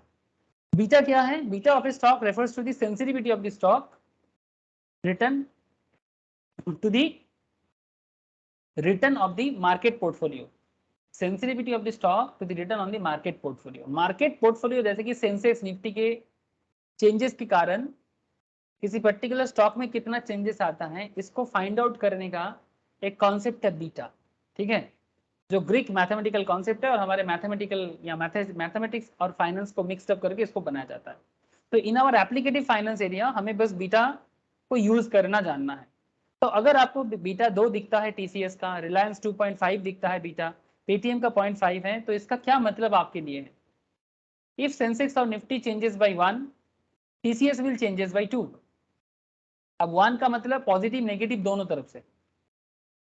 If market sensex or nifty changes by 1, TCS will changes by 2, Reliance will changes by 2.5 and Paytm will changes by 0.5, 1 beta के लिए। ठीक है, government security का beta 0 है, इस return risk free है 8%। Market portfolio का beta 1% है, 1 बीटा है, परसेंट नहीं 1 बीटा। और कंपनी मार्केट पोर्टफोलियो मतलब मार्केट रिस्क जो है वो 11% रिटर्न दे रहा है। मार्केट रिटर्न है 11%, मतलब बेसिकली कहने का मतलब है सेंसेक्स निफ्टी 11% के आसपास रिटर्न अगर दे रहा है तो पर्टिकुलर स्टॉक से कितना रिटर्न आपको उठाना चाहिए। सो मार्केट रिस्क प्रीमियम हो जाता है 11 - 8, मतलब इसको ऐसे कहा जा सकता है sir RM - RF, very important part, market risk divided by risk free. Market return divided by risk free return minus, sorry, market return minus risk free return. अगर मार्केट रिटर्न 11% है लाइक सेंसेक्स निफ्टी और risk free return 8% है जैसे कि government securities, तो किसी particular stock से आपको 3% ही रिस्क प्रीमियम चाहिए कम से come for one beta, for one beta. TCS का बीटा 2 है तो टीसीएस का रिस्क प्रीमियम 2 into 3 हो जाएगा। रिलायंस का बीटा 2.5 थोड़ा हाई है तो 3 into 2.5 हो जाएगा। पेटीएम का बीटा 0.5 है तो 1.5 हो जाएगा, जो हम लोगों ने यहाँ पर कैलकुलेट करके भी देखा। और उसी हिसाब से हमने देखा कि टीसीएस से आपको मार्केट रिटर्न 14% क्लेम करना चाहिए, मतलब कंपनी को भी देना चाहिए। रिलायंस को कम से कम 15.5% देना चाहिए और पेटीएम को 9.5% रिटर्न जनरेट करके देना चाहिए। और जो इन्वेस्टर के लिए अर्निंग है वो कंपनी के लिए कॉस्ट है। आई होप कि आपको समझ में आ रहा है। बोलो सर, यस और नो?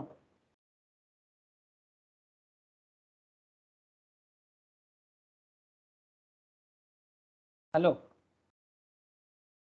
बताइएगा सर। नंदिनी, ज्योति, नील, बोलो सर, समझ में आ रहा है? जियाउल? हाँ सर। हाँ sir. Hence to generalize, required return का क्या फॉर्मूला निकला फिर, जो आपको एग्जाम में याद रखना पड़ता है? Required return of cost of equity है आर एफ, मतलब सीएपीएम मॉडल में, हाँ sir, R F plus R M minus R F into beta. Beta given रहेगा, डोंट वरी। अच्छा, ये क्या हो जाएगा सर फिर? ये हो जाएगा इक्वेशन ऑफ सीएपीएम।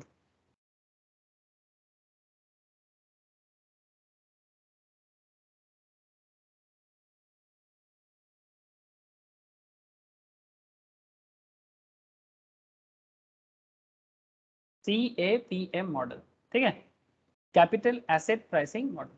डिविडेंड के अंदर भी पढ़ेंगे, डिविडेंड जब पढ़ेंगे डिविडेंड डिसीजंस, उसके अंदर भी आपको CAPM का नजर आएगा। एक ग्राफिकल प्रेजेंटेशन कर लो, सिक्योरिटी मार्केट लाइन।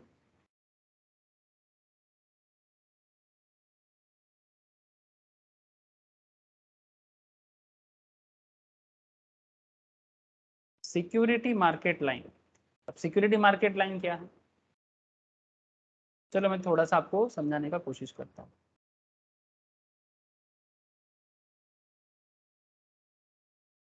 सर दो एक्सिस बना लेना, एक्सिस समझते हो ना, अक्ष, ओके, या बंगाली में बोलते अक्षो या अक्षो मोस्ट प्रोबेबली। एक तरफ रिक्वायर्ड रिटर्न दिखा दो, दूसरी तरफ बीटा दिखा दो, ठीक है।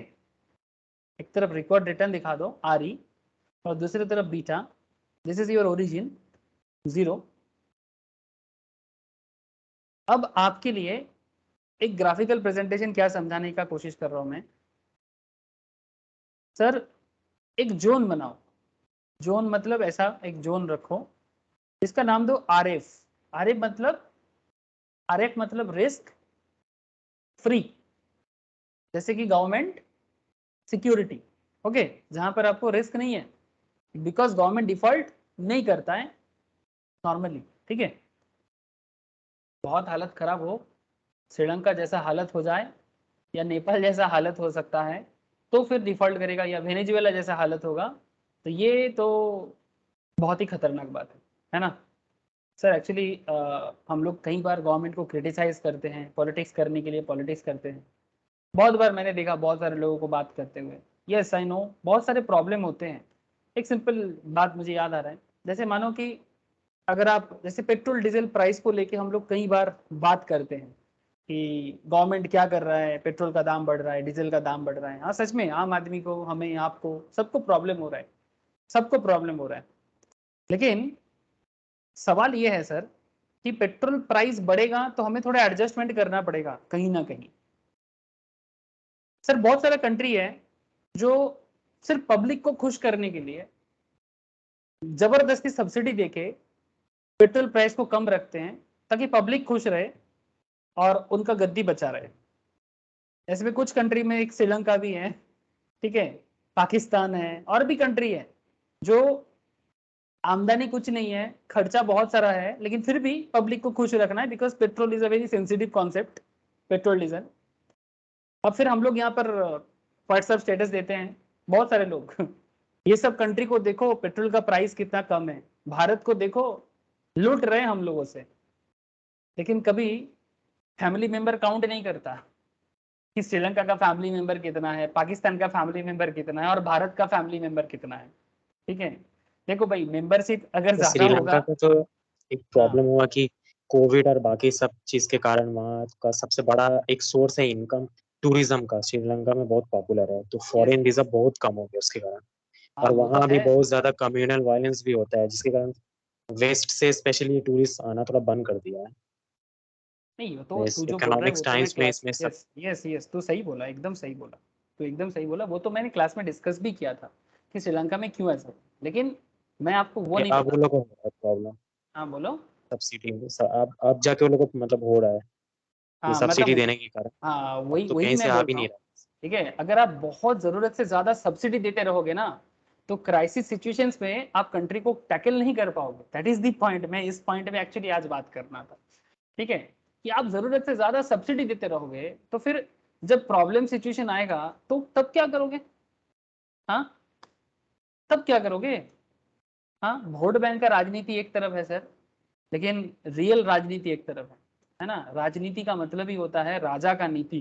ठीक है, राजा क्या नीति अपना रहा है, पॉलिसी मेकर्स। ठीक है, कोई खेल नहीं है ये, सिर्फ गद्दी बचाने का खेल नहीं है कि आज मेरा बेटा है कल मेरा बहू बनेगा, हाँ जो आप देखते आ रहे हो बचपन से, वैसा वाला राजनीति होगा तो देश का हालत खराब ही होगा। ये पॉलिसी है जो देश को बनाता है। ठीक है, चाहे वो देश श्रीलंका हो, चाहे वो पाकिस्तान हो, ड्रामा तो देख ही रहे हो पाकिस्तान का। अफगानिस्तान तो ड्रामा कब से देख रहे हैं, है ना। अफगानिस्तान का ड्रामा तो हम लोग बहुत दिनों से देख रहे हैं। ठीक है, तो ऐसा बहुत एग्जाम्पल्स हैं। मतलब कंट्री इस तरह से नहीं चलता है। मेरा कहने का मतलब यही है कि ये भी फाइनेंस ही है, बस हाँ थोड़ा बड़ा पहलू में बात कर लिया मैंने। एक कंपनी को जैसे फाइनेंस समझना पड़ता है, सिमिलरली कंट्री को भी फाइनेंस समझना पड़ता है। मतलब कुछ भी अनप शनप पॉलिसी बना देंगे और बाद में जब धक्का खाएगा ना तो उठना मुश्किल हो जाता है। ऊपर से जो, फाइनेंस मिनिस्टर तो भाग गया वहाँ का। हाँ बोलो। भाग गया फाइनेंस मिनिस्टर ना, अभी कोई और भाग ऐसा है भागेगा और श्रीलंका। क्या करेगा, भागेगा नहीं तो और क्या करेगा। हाँ, दिमाग में कुछ है कि नहीं है। ठीक है सर, कंट्री में प्रॉब्लम कभी भी आ सकता है, किसी भी कारण से आ सकता है। आपदा बोल के नहीं आता है ना इमरजेंसी या अर्जेंसी बोल के नहीं आता है, जब आता है आ जाता है। लेकिन आप कभी भी ऐसा, मतलब ना तो पर्सनल लेवल में और ना ही कंट्री वाइज और ना ही कंपनी वाइज, आपको हमेशा सोच समझ के चलना चाहिए, है ना। जब दो पैसा ज्यादा आता है तो उसको बचाना चाहिए, और आपको सही ढंग से राजनीति करना चाहिए। कंट्री का फ्यूचर का बात है। जैसे आज मानो कि सरकार जरूरत से ज्यादा पैसा सब्सिडी देता रहेगा किसी भी मैटर में, मैं पेट्रोल डीजल को तो बस एग्जाम्पल के तौर पे यूज किया, वट एवर, ठीक है, वट एवर जो भी सब्सिडी में होता है, जरूरत से ज्यादा सर्टेन लेवल तक जरूरतमंद को हेल्प करना है, जिसको हम लोग बोलते हैं sir weaker section of the society, या फिर जिनको बेनिफिट एक्चुअल में देना चाहिए। इसका संख्या जेन्युइनली कितना है वो ढूंढो, उनको बेनिफिट दो, दैट्स ओके। लेकिन जब आप सिर्फ दिखाने के लिए, दिखावा करते हैं ना हमारे यहाँ पर, दिखाने के लिए जो आप सब्सिडी देते रहते हो, और उसको, उसके कारण सरकार को जो लॉस होता है, या सरकार को मतलब बेसिकली कंट्री को प्रॉब्लम, सिचुएशन अच्छा रहेगा शायद हमें आपको समझ में नहीं आएगा, पर जब इमरजेंसी होगा तब क्या करेंगे, इसके बारे में सोचना चाहिए। मतलब not just for country but also for the company and also for the family. आजकल मैं देखता हूँ सर, छोटा छोटा मतलब जो भी यूथ है, ठीक है, मैं भी यूथ में ही आता हूँ, थोड़ा सीनियर यूथ हो गया, लेकिन मैंने देखा बहुत सारे मेरे दोस्तों को देखा, आप लोग जैसे लोगों को देख रहा हूँ, जैसे थोड़ा सा क्या उम्र में, मतलब 22-24 के साल में, 25 के अंदर क्या जॉब मिल जाता है, पहला काम क्या करता है बोलो तो एक बाइक खरीद लेता है। एम आई राइट सर? जॉब मिला, सैलरी मिला, पहला काम है बाइक खरीदना। नहीं, I am not against bike, मेरा कहने का मतलब है आप बाइक खरीदो, लेकिन जॉब के पहले सैलरी में बाइक खरीदने का मेंटेलिटी ये बताते हैं कि आगे के जाके आप पैसा कितना बचा पाओगे, या इमरजेंसी में आप अपने आप को कैसे टैकल कर पाओगे। इट्स अ बिग क्वेश्चन, बहुत बड़ा क्वेश्चन, बाइक खरीदो सर, लेकिन थोड़ा फाइनेंशियली अपने आप को स्ट्रांग बना के, ताकि आपके सामने कोई भी अर्जेंसी आ जाए आप खुद को टैकल कर पाओ। पहले ही लग्जरी पे खर्चा करना, ये बैड फाइनेंसिंग पॉलिसी है। मैं किसी के अगेंस्ट पे नहीं बोल रहा हूँ, जिसको बाइक खरीदना है वो खरीदे, जिसको कार खरीदना है वो कार भी खरीदे, ठीक है। बट मेरा कहने का मतलब है कि पहले आपके जरूरत का चीजें जो भी है उसको पहले देखो, उसके बाद आप अपने लग्जरी की तरफ आगे बढ़ो। तब कंट्री भी सही चलता है, पर्सनल लाइफ भी सही चलता है, फैमिली भी चलता है और कंपनी भी चलता है, ठीक है। बिग बाजार का हालत देखा ना सर, क्या चल रहा है, फुटबॉल की तरफ इधर उधर हो रहा है। देखा आप लोगों ने बिग बाजार का हालत? हाँ सर, संडे गए थे, पूरा फाका था एकदम।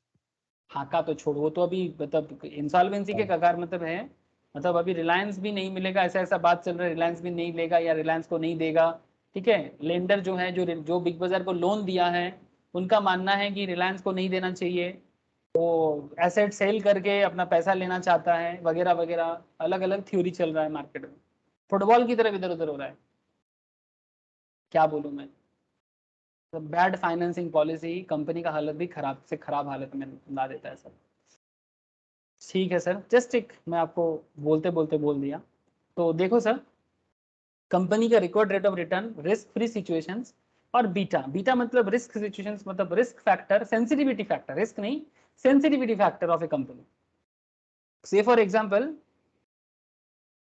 ये किसी कंपनी का अगर रिस्क फैक्टर को डिनोट करते हैं, रिस्क फ्री जोन को डिनोट करते हैं, और ये अगर मार्केट बीटा है, this is the market beta, okay.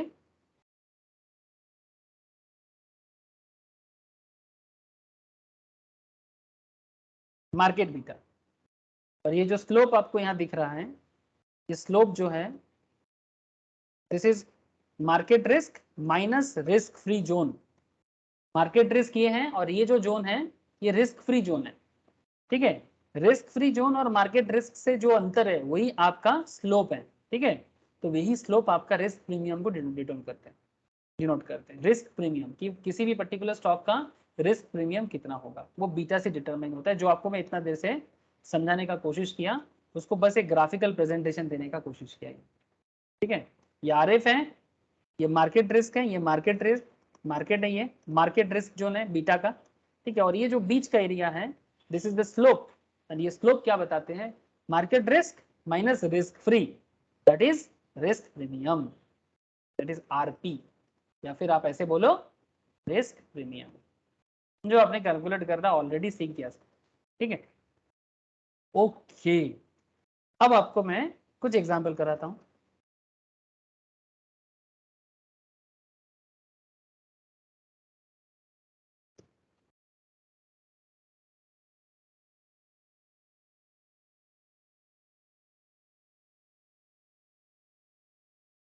Sir treasury समझते हो? ट्रेजरी, ट्रेजरी मतलब government security basically. T bill बोलते हैं, ट्रेजरी बिल सरकार इशू करते हैं सर। म्यूचुअल फंड कंपनी का डेटा देखोगे ना, ट्रेजरी बिल दिख जाएगा। एक मिनट रुको, मैं अभी दिखा देता हूँ। ये देखो, ये पराग पारिक का लिक्विड फंड है। Just look at here, T bill दिखाई दे रहा है सर? बहुत ही लिक्विड होता है, बहुत ही शॉर्ट पीरियड का होता है फंड, ठीक है। मनी मार्केट इंस्ट्रूमेंट कहा जाता है। आप देख सकते हो सोवरिन है ना सर? सोवरिन को रेटिंग नहीं चाहिए, सरकारी है मतलब डिफॉल्ट नहीं करेगा। 91 डे का टी बिल होता है, 365 डेज तक मैक्सिमम जा सकता है, 182 दिन का टी बिल है, कब कब एक्सपायर करेगा वो भी बता दिया। ये जनवरी का फैक्ट शीट्स है, और ये सब फरवरी मार्च अप्रैल, मैक्सिमम 3 महीने का अंदर है। दिखाई दे रहा है क्या? हेलो,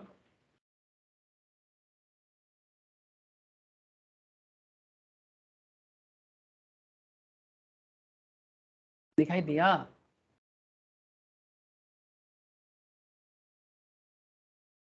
अरे हाँ ना, कुछ तो बोलो। Yes, sir.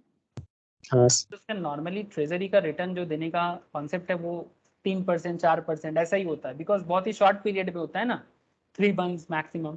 तो 4 साढ़े 4% मतलब बहुत अच्छा रिटर्न शॉर्ट पीरियड। तो यील्ड ऑन ट्रेजरी 4% है।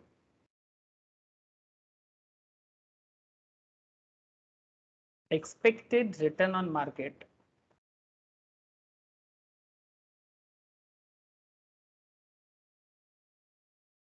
Portfolio.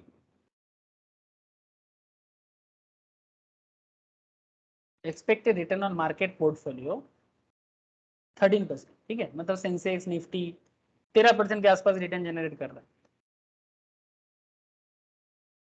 Find out the required return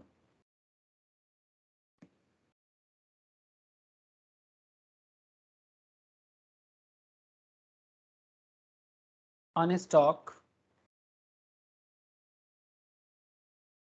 with a beta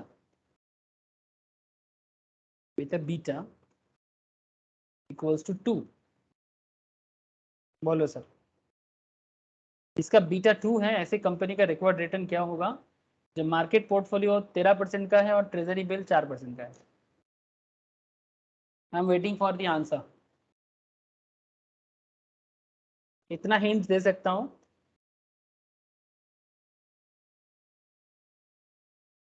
use CAPM।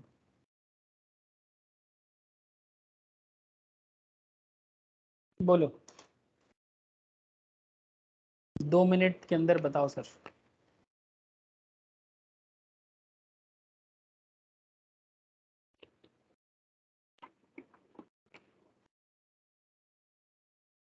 इस कंपनी का रिकॉर्ड रिटर्न कितना होना चाहिए?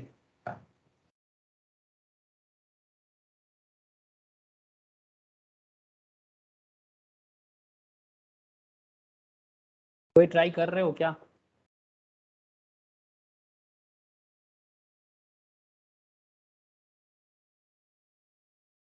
फार्मूला मैंने अभी अभी आपको कुछ देर पहले ही लिखा है, उसी फार्मूला का सहारा ले लो।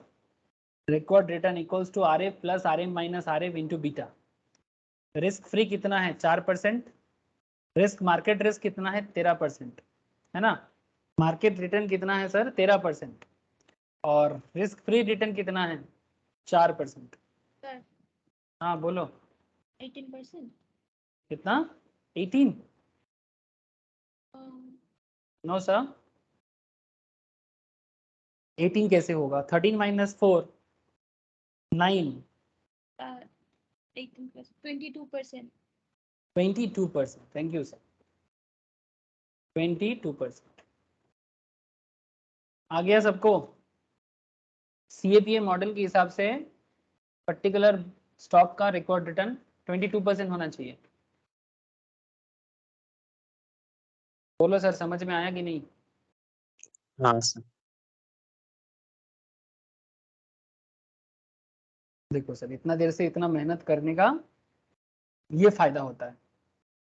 जब कॉन्सेप्ट क्लियर हो ना, तो क्या हो रहा है और क्या चल रहा है सब समझ में आ जाता है। नहीं तो बस कुछ डेटा बन के रह जाता है।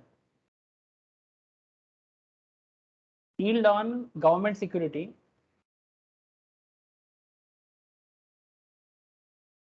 5%। Market risk premium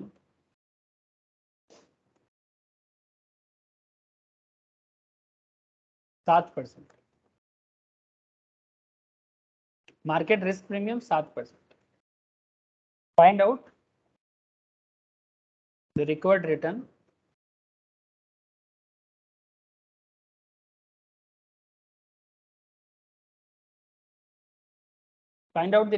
on a stock with beta of 2, with beta of 2। बोलो सर, जल्दी बोलो।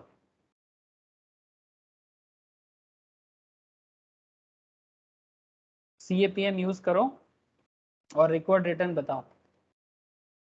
RE equals to risk free plus market risk, sorry market return minus risk free return into beta, ठीक है।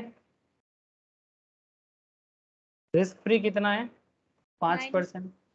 हाँ बोलो 9%। Answer is yes sir. RM कितना बोला था? 7। 7 माइनस 5 इंटू 2, तो 2 10 plus sorry 2 plus 2 into 2 4 4 plus 5 9। तो इस पर्टिकुलर स्टॉक का 9% रिटर्न होना चाहिए, रिकॉर्ड रिटर्न होना चाहिए। ओके सर, बहुत आसान लग रहा है आपको? ओके ठीक है। और एक दूसरा थ्योरी है कॉस्ट ऑफ कैपिटल का, हाँ वो भी बता देते हैं। चलो हेडिंग करना सर, हाँ हेडिंग कीजिएगा पॉइंट नंबर डी। पॉइंट का नाम है डिविडेंड डिस्काउंट मॉडल। ये भी बहुत ही सेलिब्रेटेड मॉडल में से एक है, ये भी बहुत ही यूज होता है, सीएपी में बहुत यूज होता है, डिविडेंड डिस्काउंट मॉडल भी यूज होता है। डिविडेंड डिस्काउंट मॉडल, ये डिविडेंड चैप्टर में भी दोनों चीज पढ़ा जाता है। जो डिविडेंड डिसीजन चैप्टर आता है उसके अंदर भी ये दोनों चीज पढ़ा जाता है। सो ये आप ऐसे समझ सकते हो कि मैंने आपको कॉस्ट ऑफ कैपिटल के अंदर डिविडेंड का भी कुछ बात बता दिया। तो डिविडेंड डिस्काउंट मॉडल या डीडीएम के नाम से परिचित है। डीडीएम, इसको थोड़ा सा डिटेल्स में लिख लो sir.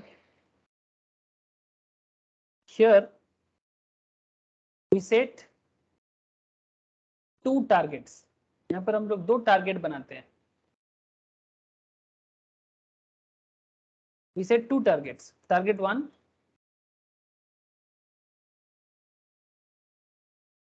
Valuation of share,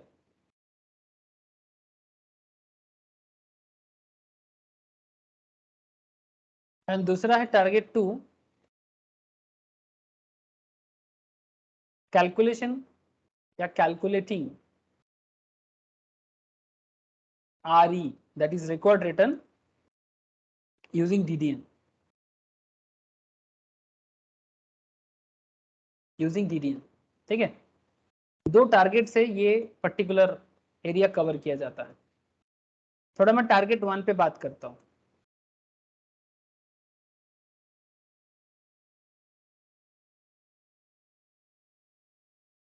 valuation of share using DDM, dividend discount model. क्या होता है यहाँ पर, as per DDM intrinsic value, valuation मतलब sir intrinsic value, I you all know. जब भी आप शेयर का वैल्यूएशन ढूंढोगे आपको ऑलवेज इंट्रिंसिक वैल्यू ही ढूंढना पड़ता है। ठीक है, सो एज पर डीडीएम के हिसाब से जब इंट्रिंसिक वैल्यू ढूंढना पड़ता है डिविडेंड डिस्काउंट मॉडल के हिसाब से, तो आपका IV0 intrinsic value current level में IV0 के हिसाब से बोला जाता है, equals to present value of all future dividend dividends.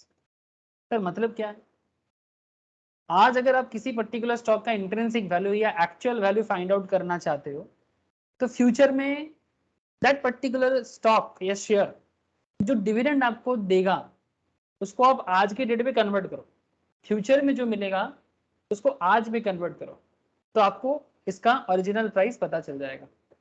ठीक है, यही सिस्टम होता है सर। फ्यूचर का जो भी आपको मिलने वाला है या मिल सकता है उसको अगर आप आज में कन्वर्ट करोगे तो आपको इंट्रिंसिक वैल्यू का पता चलता है। जो लोग फंडामेंटल एनालिसिस का क्लास किए हो मेरे पास, स्टॉक मार्केट का स्पेशल जो क्लासेस होता है उसमें ये डिविडेंड डिस्काउंट मॉडल में भी मैंने बात किया था।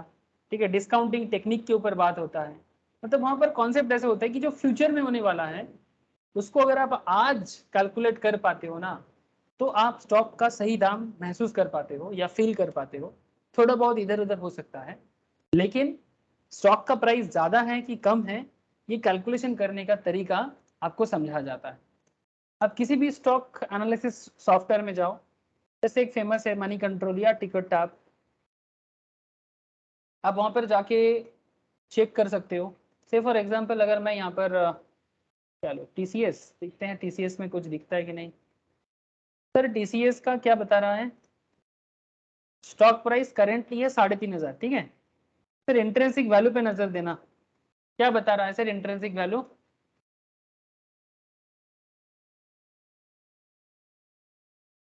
करंट प्राइस इंट्रिंसिक वैल्यू से क्या है, अरे बोलो सर, ज़्यादा है। ज्यादा है। मतलब इसका एक्चुअल वैल्यू इससे कम होना चाहिए, ये काफी ज्यादा प्रीमियम में मार्केट में ट्रेड हो रहा है।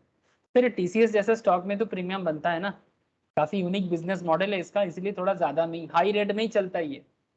अगर आप इसको एकदम बुक मतलब अकाउंटिंग प्रोसेस में देखोगे तो इसका इंटरेस्ट वैल्यू थोड़ा लो है, लेकिन इसका प्रोसेस क्या है ये फंडामेंटल एनालिसिस के अंदर थोड़ा डिटेल्स में समझा जाता है।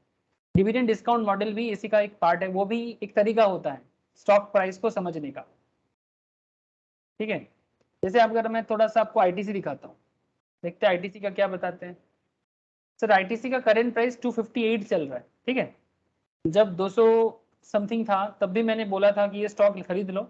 मैं ज़्यादा पुराना बात नहीं करूंगा, क्लास में बोला था मैं 3-4 महीने पहले, तब 210 या 200 के आसपास था, तब भी मैं बोला था खरीद लो ये स्टॉक, धीरे धीरे सही मूव करेगा, लेकिन मूव करेगा। Look at sir, current price is less than intrinsic value, दिखाई दे रहा है सर?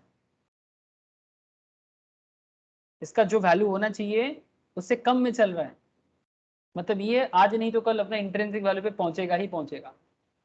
तो चुपचाप इन्वेस्ट कर देना चाहिए, अभी भी कर सकते हो। ठीक है, हाँ अगर कोई 3-4 महीने पहले करता तो और बढ़िया होता, बट अभी भी किया जा सकता है, बट हाँ थोड़ा लॉन्ग टर्म के लिए।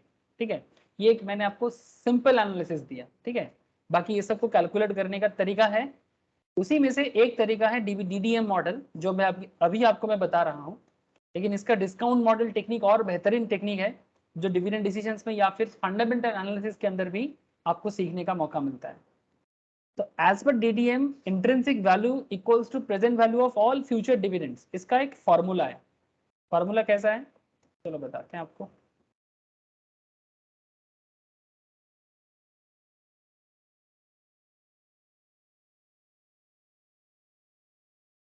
लिखो sir, future value of all future dividends का जो कॉन्सेप्ट है, IV0 equals to D1 divided by 1 plus RE, 1 plus RE मतलब रिकॉर्ड रिटर्न। फिर सेकेंड ईयर में D2 divided by 1 plus RE whole square. फिर थर्ड ईयर में D3 1 plus RE whole cube.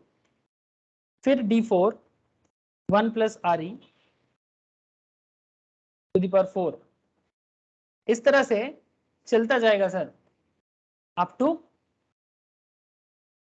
Infinity. ठीक है, इनफाइनाइट टाइम तक चल सकता है जब तक कंपनी बचा रहेगा। ठीक है, वो ऐसे बोलते हैं ना, जब तक सूरज चांद रहेगा, इस टाइप का। ठीक है, जब तक कंपनी रहेगा डिविडेंड देगा। ठीक है, कंपनी डिविडेंड देगा तो मोटा मोटी नॉर्मली ऐसे देखा जाता है कि अच्छा कंपनी के हिसाब से कंपनी का लाइफ 10 साल 20 साल 30 साल एज्यूम करके डिटरमाइन किया जा सकता है। तो अगर आप ऐसे फॉर्मूला में डाल सकते हो ना, तो आपको बस LHS equals to RHS prove करना है और इंट्रिंसिक वैल्यू फाइंड आउट करना है। ठीक है, डिस्काउंट कर देना है जो भी आपका रिकॉर्ड। लेकिन ये रिकॉर्ड रेट क्या है, ये बहुत ही चिंता का विषय है। ये आपको मैं सिखाऊंगा कैपिटल बजटिंग में, रिकॉर्ड रेट ऑफ रिटर्न, इसको IRR भी बोलते हैं, internal rate of return of any particular मतलब कैपिटल, मतलब जो भी आप बिजनेस में डालते हो उस बिजनेस से कितना रिटर्न आपको मिल सकता है, इसका एक टेक्निक है। ठीक है, तो जैसे हम लोग बोलते हैं ना कि भाई ये बिजनेस करो 5% रिटर्न मिलेगा, वो बिजनेस करो 10% रिटर्न मिलेगा, ये बिजनेस करो 25% रिटर्न मिलेगा। तो ये एक टेक्निक है फाइंड आउट करने का। तो ये फॉर्मूला अपनाया जाता है और आप इंट्रिंसिक वैल्यू फाइंड आउट कर सकते हैं। डोंट वरी, कैपिटल बजटिंग में सिखाऊंगा मैं आपको कि कैसे ये R का वैल्यू फाइंड होता है। Point B, forecast of dividends.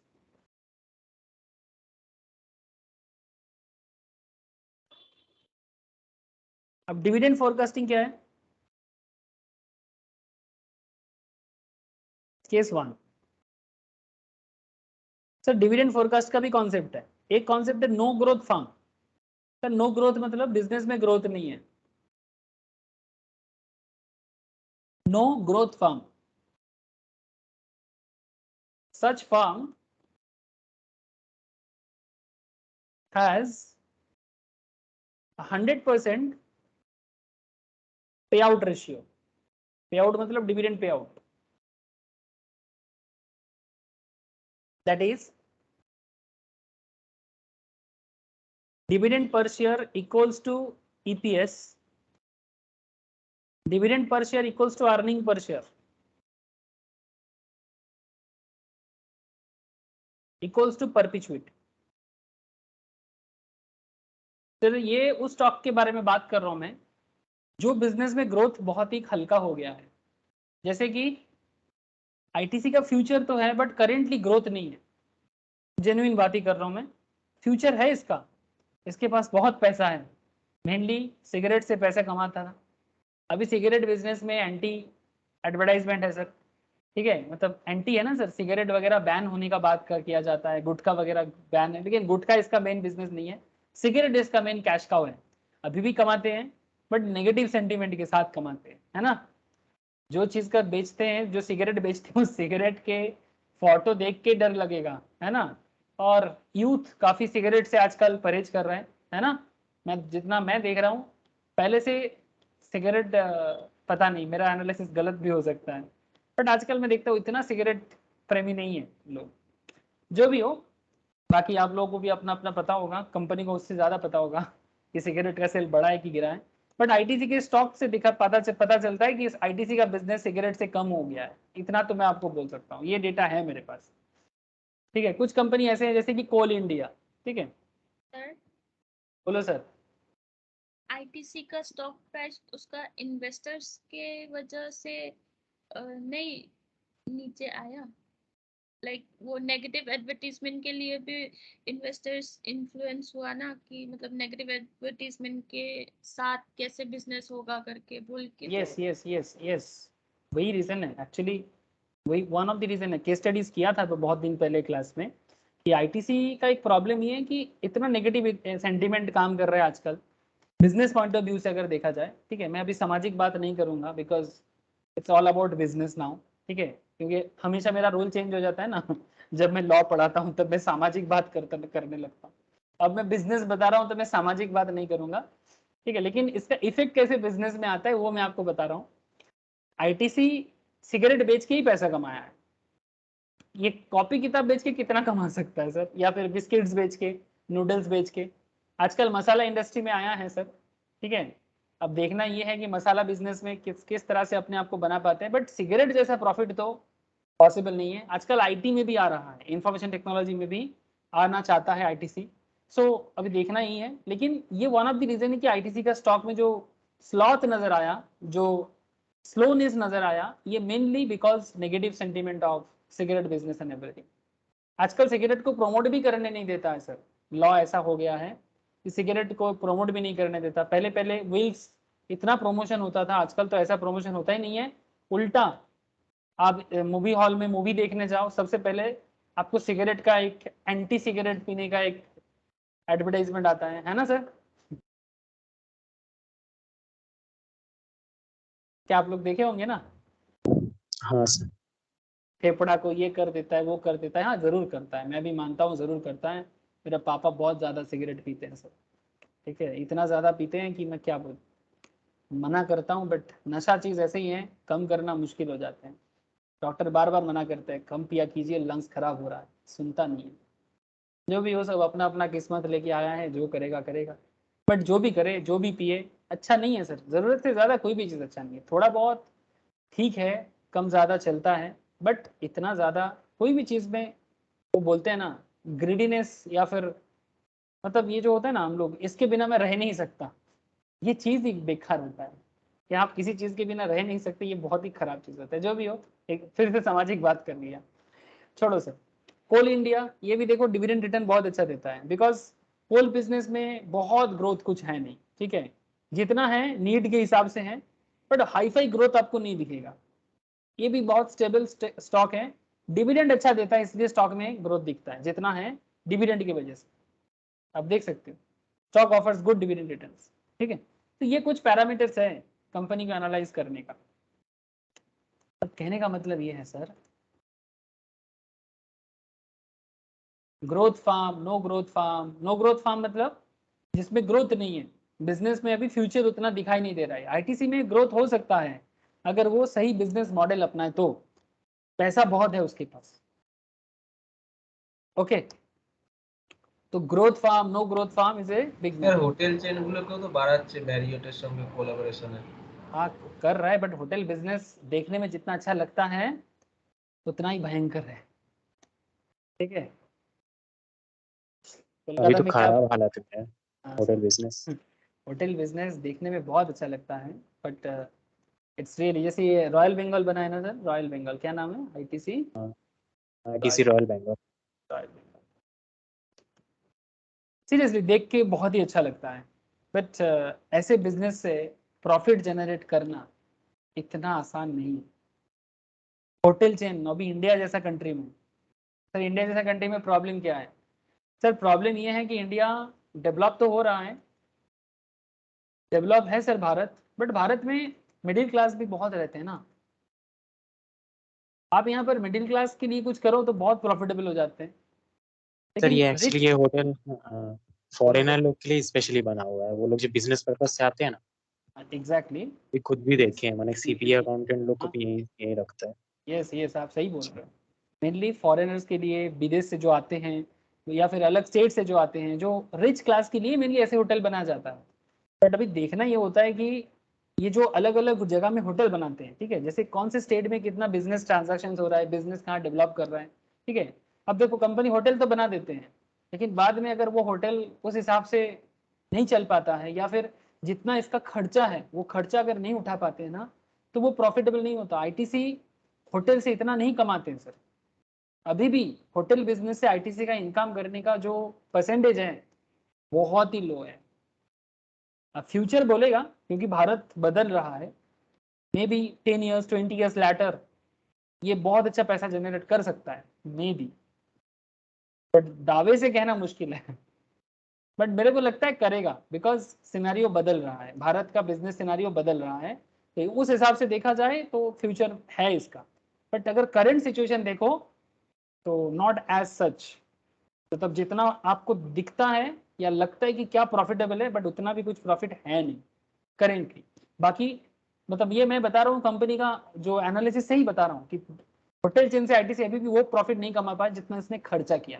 पैसा बहुत है सर आईटीसी के पास, तो एस्टेब्लिशमेंट या एस्टेट में या संपत्ति बना सकते हैं, लेकिन वो कैश जनरेट कितना करेगा ये सब्जेक्ट एनालिसिस है सर, ठीक है, ये सब्जेक्ट एनालिसिस जो एक आम नजर से देखो तो समझ में नहीं आएगा, थोड़ा खास नजर से एनालाइज करो तो शायद समझ में आ जाए आपको,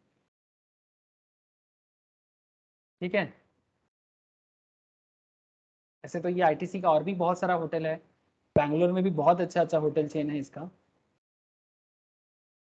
okay sir, so no growth farm, such farm has a 100% payout ratio, that is DPS equals to EPS equals to perpetuity, ठीक है। अब इसका फॉर्मूला ऐसा बन जाता है sir, IB0 equals to earning per share divided by record return, इससे आपको इंट्रिंसिक वैल्यू कैलकुलेशन हो जाएगा, ठीक है। अब एग्जांपल करते हैं, एक एग्जांपल करते हैं और थोड़ा सा समझने का और कोशिश करते हैं, ठीक है। चलो मेरे साथ साथ लिखो, क्वेश्चन लिखो एक।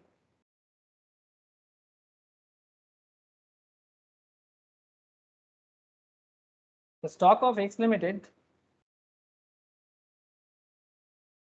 is presently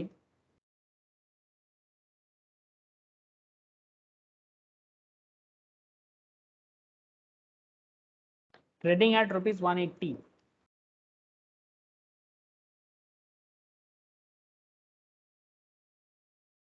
The firm is a no growth firm.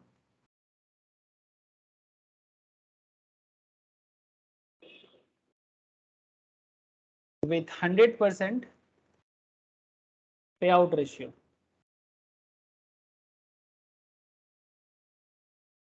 It reported earning per share of ₹30. Report किया कि अर्निंग पर शेयर 30 पर शेयर करके हैं for the year ended, for the year ended.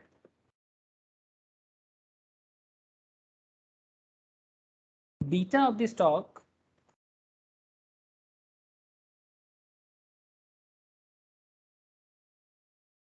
Is 1.6, ठीक है।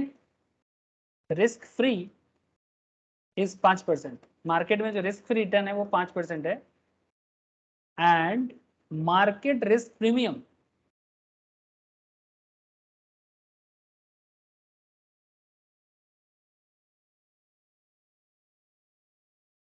is also 5%. Find out IV0 intrinsic value of the share and give your investment advice.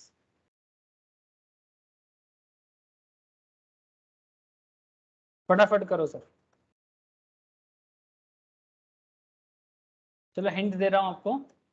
सबसे पहले तो CAPM मॉडल यूज कर लो और आप मुझे ये बता दो रिकॉर्ड रिटर्न क्या है. फिर आप ये वाला जो DDM मॉडल का जो IV0 का कॉन्सेप्ट है वो यूज करो, ठीक है, और मुझे बताओ कि इन्वेस्टमेंट करना चाहिए कि नहीं करना चाहिए. क्वेश्चन को फिर से रीड करूं क्या? चलो सर मैं फिर से क्वेश्चन आपको बताता हूं.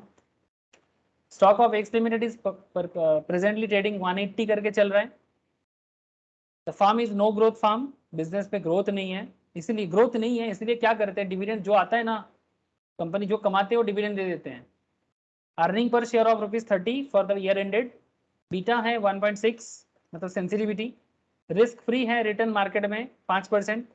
Market risk is also premium में 5%. आपको पूछा गया भाई इंट्रिंसिक वैल्यू बताओ और इन्वेस्टमेंट करना चाहिए कि नहीं करना चाहिए बता दो. तो सर आपको एक काम करना चाहिए, फटाफट आप CAPM के थ्रू से रिकॉर्ड रिटर्न निकाल लो.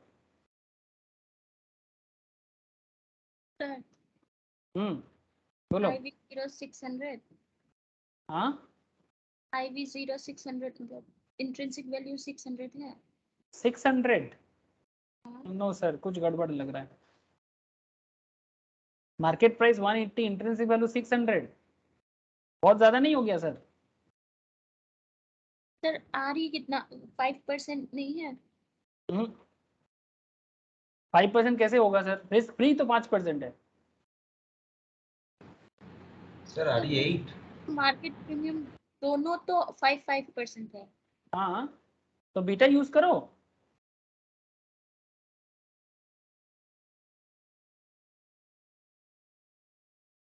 बीटा यूज करो सर. रिकॉर्ड रिटर्न का फॉर्मूला क्या है? Risk free plus market risk minus मतलब market return minus risk free into beta. Risk free 5% है प्लस RM कितना है? 5. RM 5 है.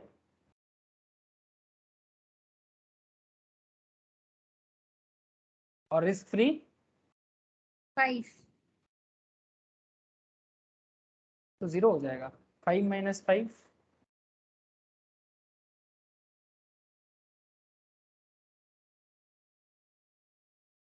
Risk free is 5%. 5 market risk. ओहो सॉरी सर, मैं सॉरी इसलिए नहीं बोल रहा हूँ, मतलब सॉरी इन द सेंस आपको ये कैलकुलेट करने का जरूरत नहीं है. ये आपको क्या बोला क्वेश्चन में, मार्केट रिस्क प्रीमियम ही बोल दिया 5%.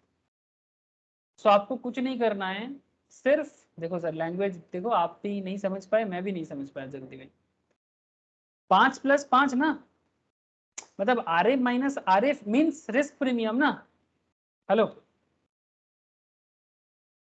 हाँ सर वही तो सोच रहे हाँ वही तो, वो गिवन है आपको ऑलरेडी RP ही बोल दिया. हो. तो आपको प्लस यहाँ पर RP तो RE. वही 5% डायरेक्ट गिवन है. तो 5 + 5 इंटू बीटा. सो 10 × 1.6 कितना होता है? नहीं सॉरी आप ऐसे करो, सॉरी कुछ कैलकुलेशन गड़बड़ हो गया. एक मिनट ऐसा नहीं होगा.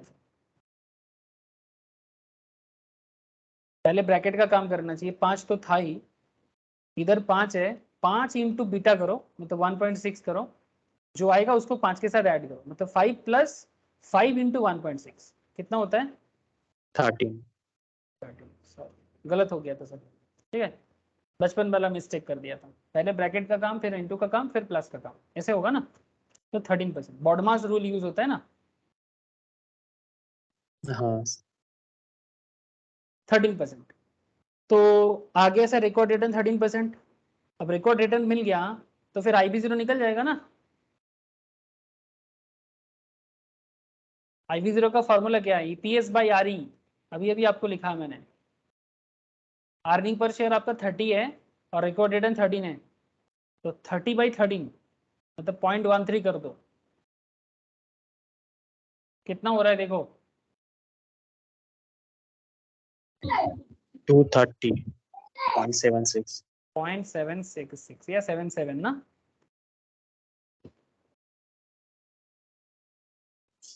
हाँ सर 7 ही हो जाएगा, 9 है उसके बाद। ठीक है, तो बोलो इन्वेस्टमेंट करना चाहिए?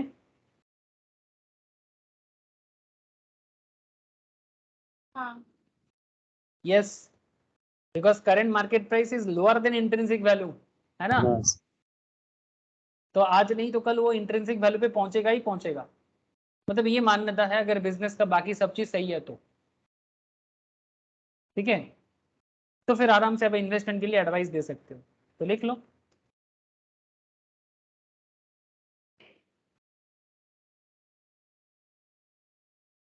Since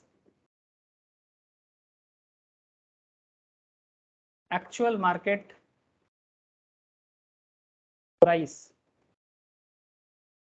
that is P0 equals to 180, is less than IV0, the stock is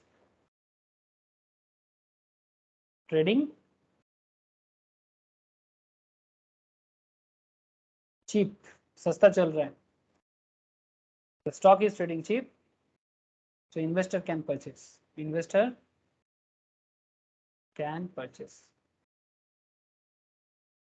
ये भी एक तरीका है मार्केट में इन्वेस्ट करने का, DDM टेक्निक के थ्रू से। नो ग्रोथ फार्म के लिए, हाँ, ग्रोथ फार्म अलग होता है, नो ग्रोथ फार्म अलग होता है। जैसे आपके एग्जांपल के लिए मैंने कोल इंडिया दिखाया, जो अच्छा डिविडेंड देता है sir, no growth business, dividend अच्छा देगा। ITC अच्छा डिविडेंड देगा। आपको मैं HDFC दिखाता हूँ, देखो HDFC का डिविडेंड रिटर्न अच्छा नहीं होगा, क्यों बोलो तो? कंपनी में ग्रोथ है। कंपनी में ग्रोथ है, ठीक है, इसका इंट्रिंसिक वैल्यू बहुत हाई है, ठीक है, लास्ट 4-5 साल में क्या ग्रोथ दिया आप देख सकते हो यहाँ पर, ठीक है। लेकिन इसका डिविडेंड रिटर्न देखो, stock does not offer attractive dividend return because company में ग्रोथ है। तो ग्रोथ फार्म डिविडेंड अच्छा नहीं देता, ये सिंपल कॉन्सेप्ट है सर। डिविडेंड देगा तो फिर मार्केट में इन्वेस्टमेंट कैसे करेगा? ठीक है, जिसको इन्वेस्टमेंट का जगह नहीं दिखता, वो जो भी कमाते हैं क्या करते हैं, डिस्ट्रीब्यूट कर देंगे, क्योंकि रखेगा तो फिर प्रॉब्लम में फंसेगा ना। पैसा रखेगा तो फिर इन्वेस्टर को भी तो खुश करना है, कुछ तो देना होगा, नहीं तो इन्वेस्टर हट जाएगा तो फिर कंपनी मुश्किल में आ जाएगा, कंपनी का फ्यूचर चिंता में पड़ जाएगा। तो इसलिए डिविडेंड दे दो, रख के क्या होगा,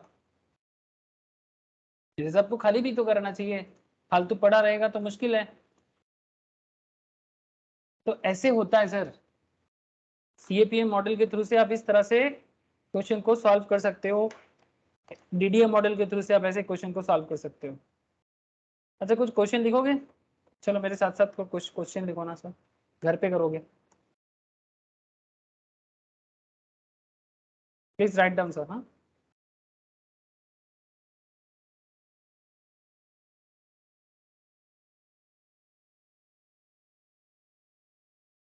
the stock of X Limited is presently trading at 76, ठीक है, it is a no growth firm with 100%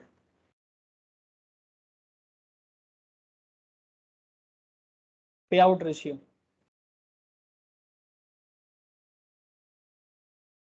It reported in EPS, it reported in earning per share of ₹8 for the year just ended।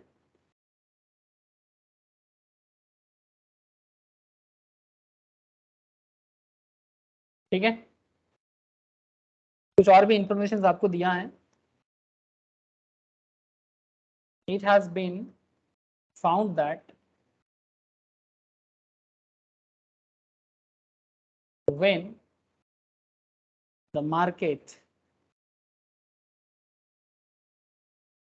changes by 10%, the stock changes by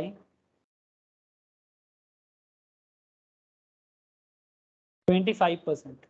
sir क्या बोला? जब market 10% बदलता है, stock 25% बदलता है. ठीक है, तो फिर बीटा क्या होगा?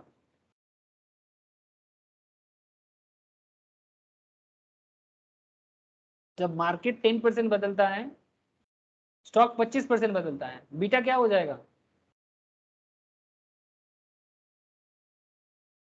बोलो सर.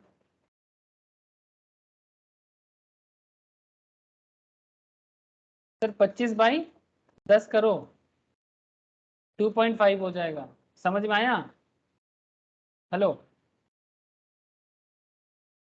बीटा बोला नहीं था, बट इतना बोल दिया था कि जब मार्केट 10% बदलते हैं, ये पर्टिकुलर स्टॉक 25% बदल जाता है. तो 25/10 करके 2.5 बीटा हो जाएगा सर. अरे समझ में आया कि नहीं?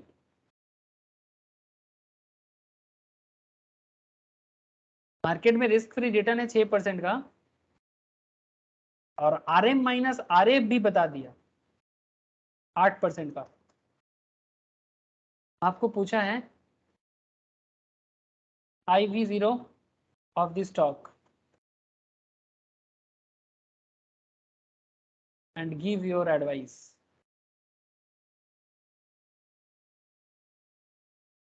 लिख लिए, क्वेश्चन होमवर्क है. हेलो, लिख लिया सर, होमवर्क है. हाँ सर. अच्छा,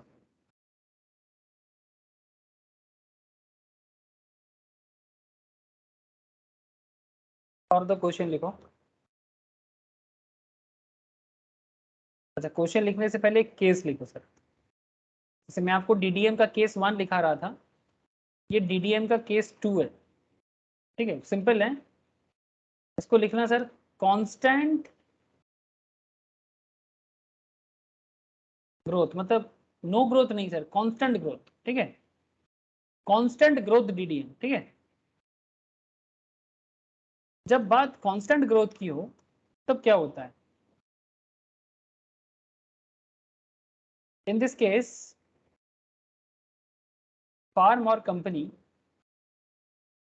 farm is expected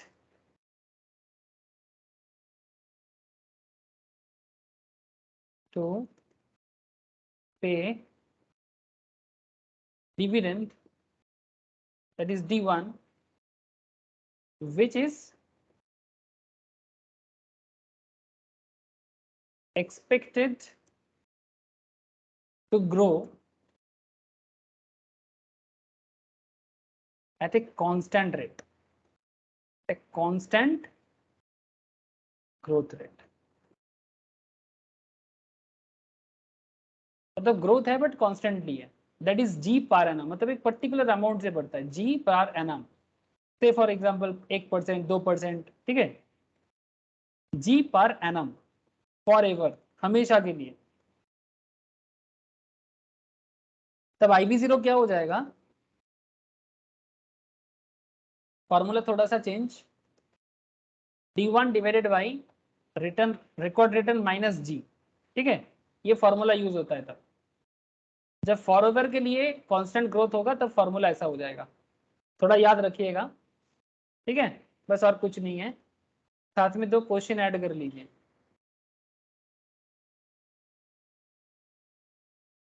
लिख लिया ना सर वहां तक? हेलो, हाँ sir. X Limited expected to pay a dividend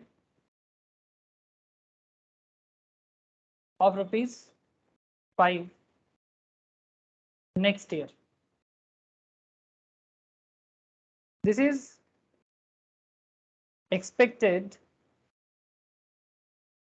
to grow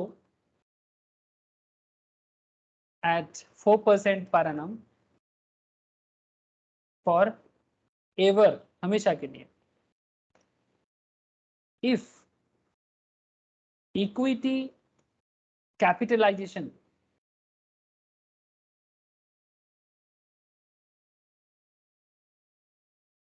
rate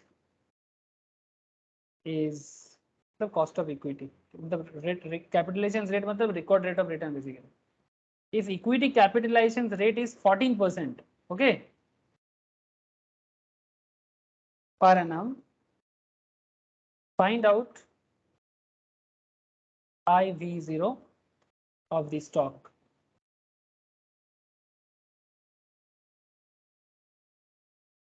And give your advice. एक बात मैंने लिखाना भूल गया, लिख लो. The stock is presently trade at ₹60, 60% करके चल रहा है ना. सॉल्व करना सर होमवर्क है. यहाँ तक लिख लिए तो और एक क्वेश्चन देते हैं सर. अनदर क्वेश्चन लिखिए. X Limited paid dividend of ₹20 for the year just ended. If sustainable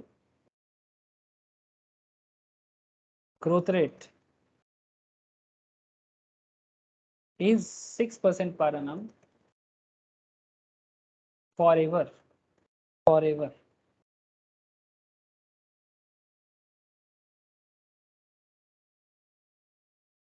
and equity capitalization rate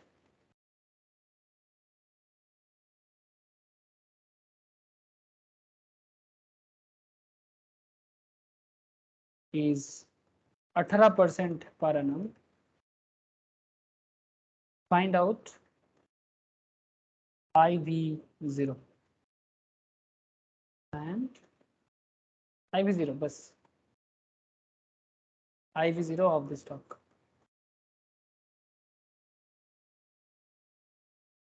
ठीक है, बस ये दोनों क्वेश्चन ट्राई करना, 2-3 क्वेश्चन दिया. ठीक है, बस मुझे और कुछ ऐसे आपको बताना नहीं है कॉस्ट ऑफ इक्विटी से. बस एक कॉन्सेप्ट रह गया, छोटा सा कॉन्सेप्ट है, जिसको केस 3 के अंदर मैं आपको नेक्स्ट क्लास में बताऊंगा और फिर कैप बैच स्टार्ट करूंगा. कॉन्सेप्ट का नाम है सर, लिख के रखिए. ठीक है, लिख के रखिए, मल्टीपल ग्रोथ DDM. मतलब जैसे आपको कांस्टेंट बताया, ऐसा मल्टीपल भी तो हो सकता है. ठीक है, तो अगर मल्टीपल ग्रोथ होगा तो क्या होगा, ये थोड़ा मुझे नेक्स्ट क्लास में हल्का करके बता देना. तो फिर जितना भी क्वेश्चंस हो सकता है इक्विटी रिलेटेड, वो सारा कॉन्सेप्ट कवर कर लिया. बस आगे क्वेश्चन प्रैक्टिस के लिए मैं आपको क्वेश्चन शेयर करूंगा. ठीक है, बस और कुछ नहीं है. नेक्स्ट क्लास में ये बताऊंगा और कैपिटल बजटिंग स्टार्ट करूँगा. और आपको घर पे सुनने के लिए या देखने के लिए मैं आपको वर्किंग कैपिटल या फिर लेवरेज का क्लास शेयर करूंगा, आप लोग जरूर देखिएगा. ठीक है, लेवरेज एंड कैपिटल स्ट्रक्चर का क्लास मैं घर पे देखने के लिए शेयर करूंगा, आप लोग जरूर देखिएगा. ओके सर, इतना ही है फिर आज. Sir bye sir. आप अपना ओके, अपना UPI ID भेज दिएगा तो गिरा गया, मुझे मिल नहीं रहा है. अच्छा ठीक है, ठीक है भाई. Bye sir. স্যার বলছি ওই সেই IV0 কেস 2 এর একবার দেখাবেন. Is to that will recording off.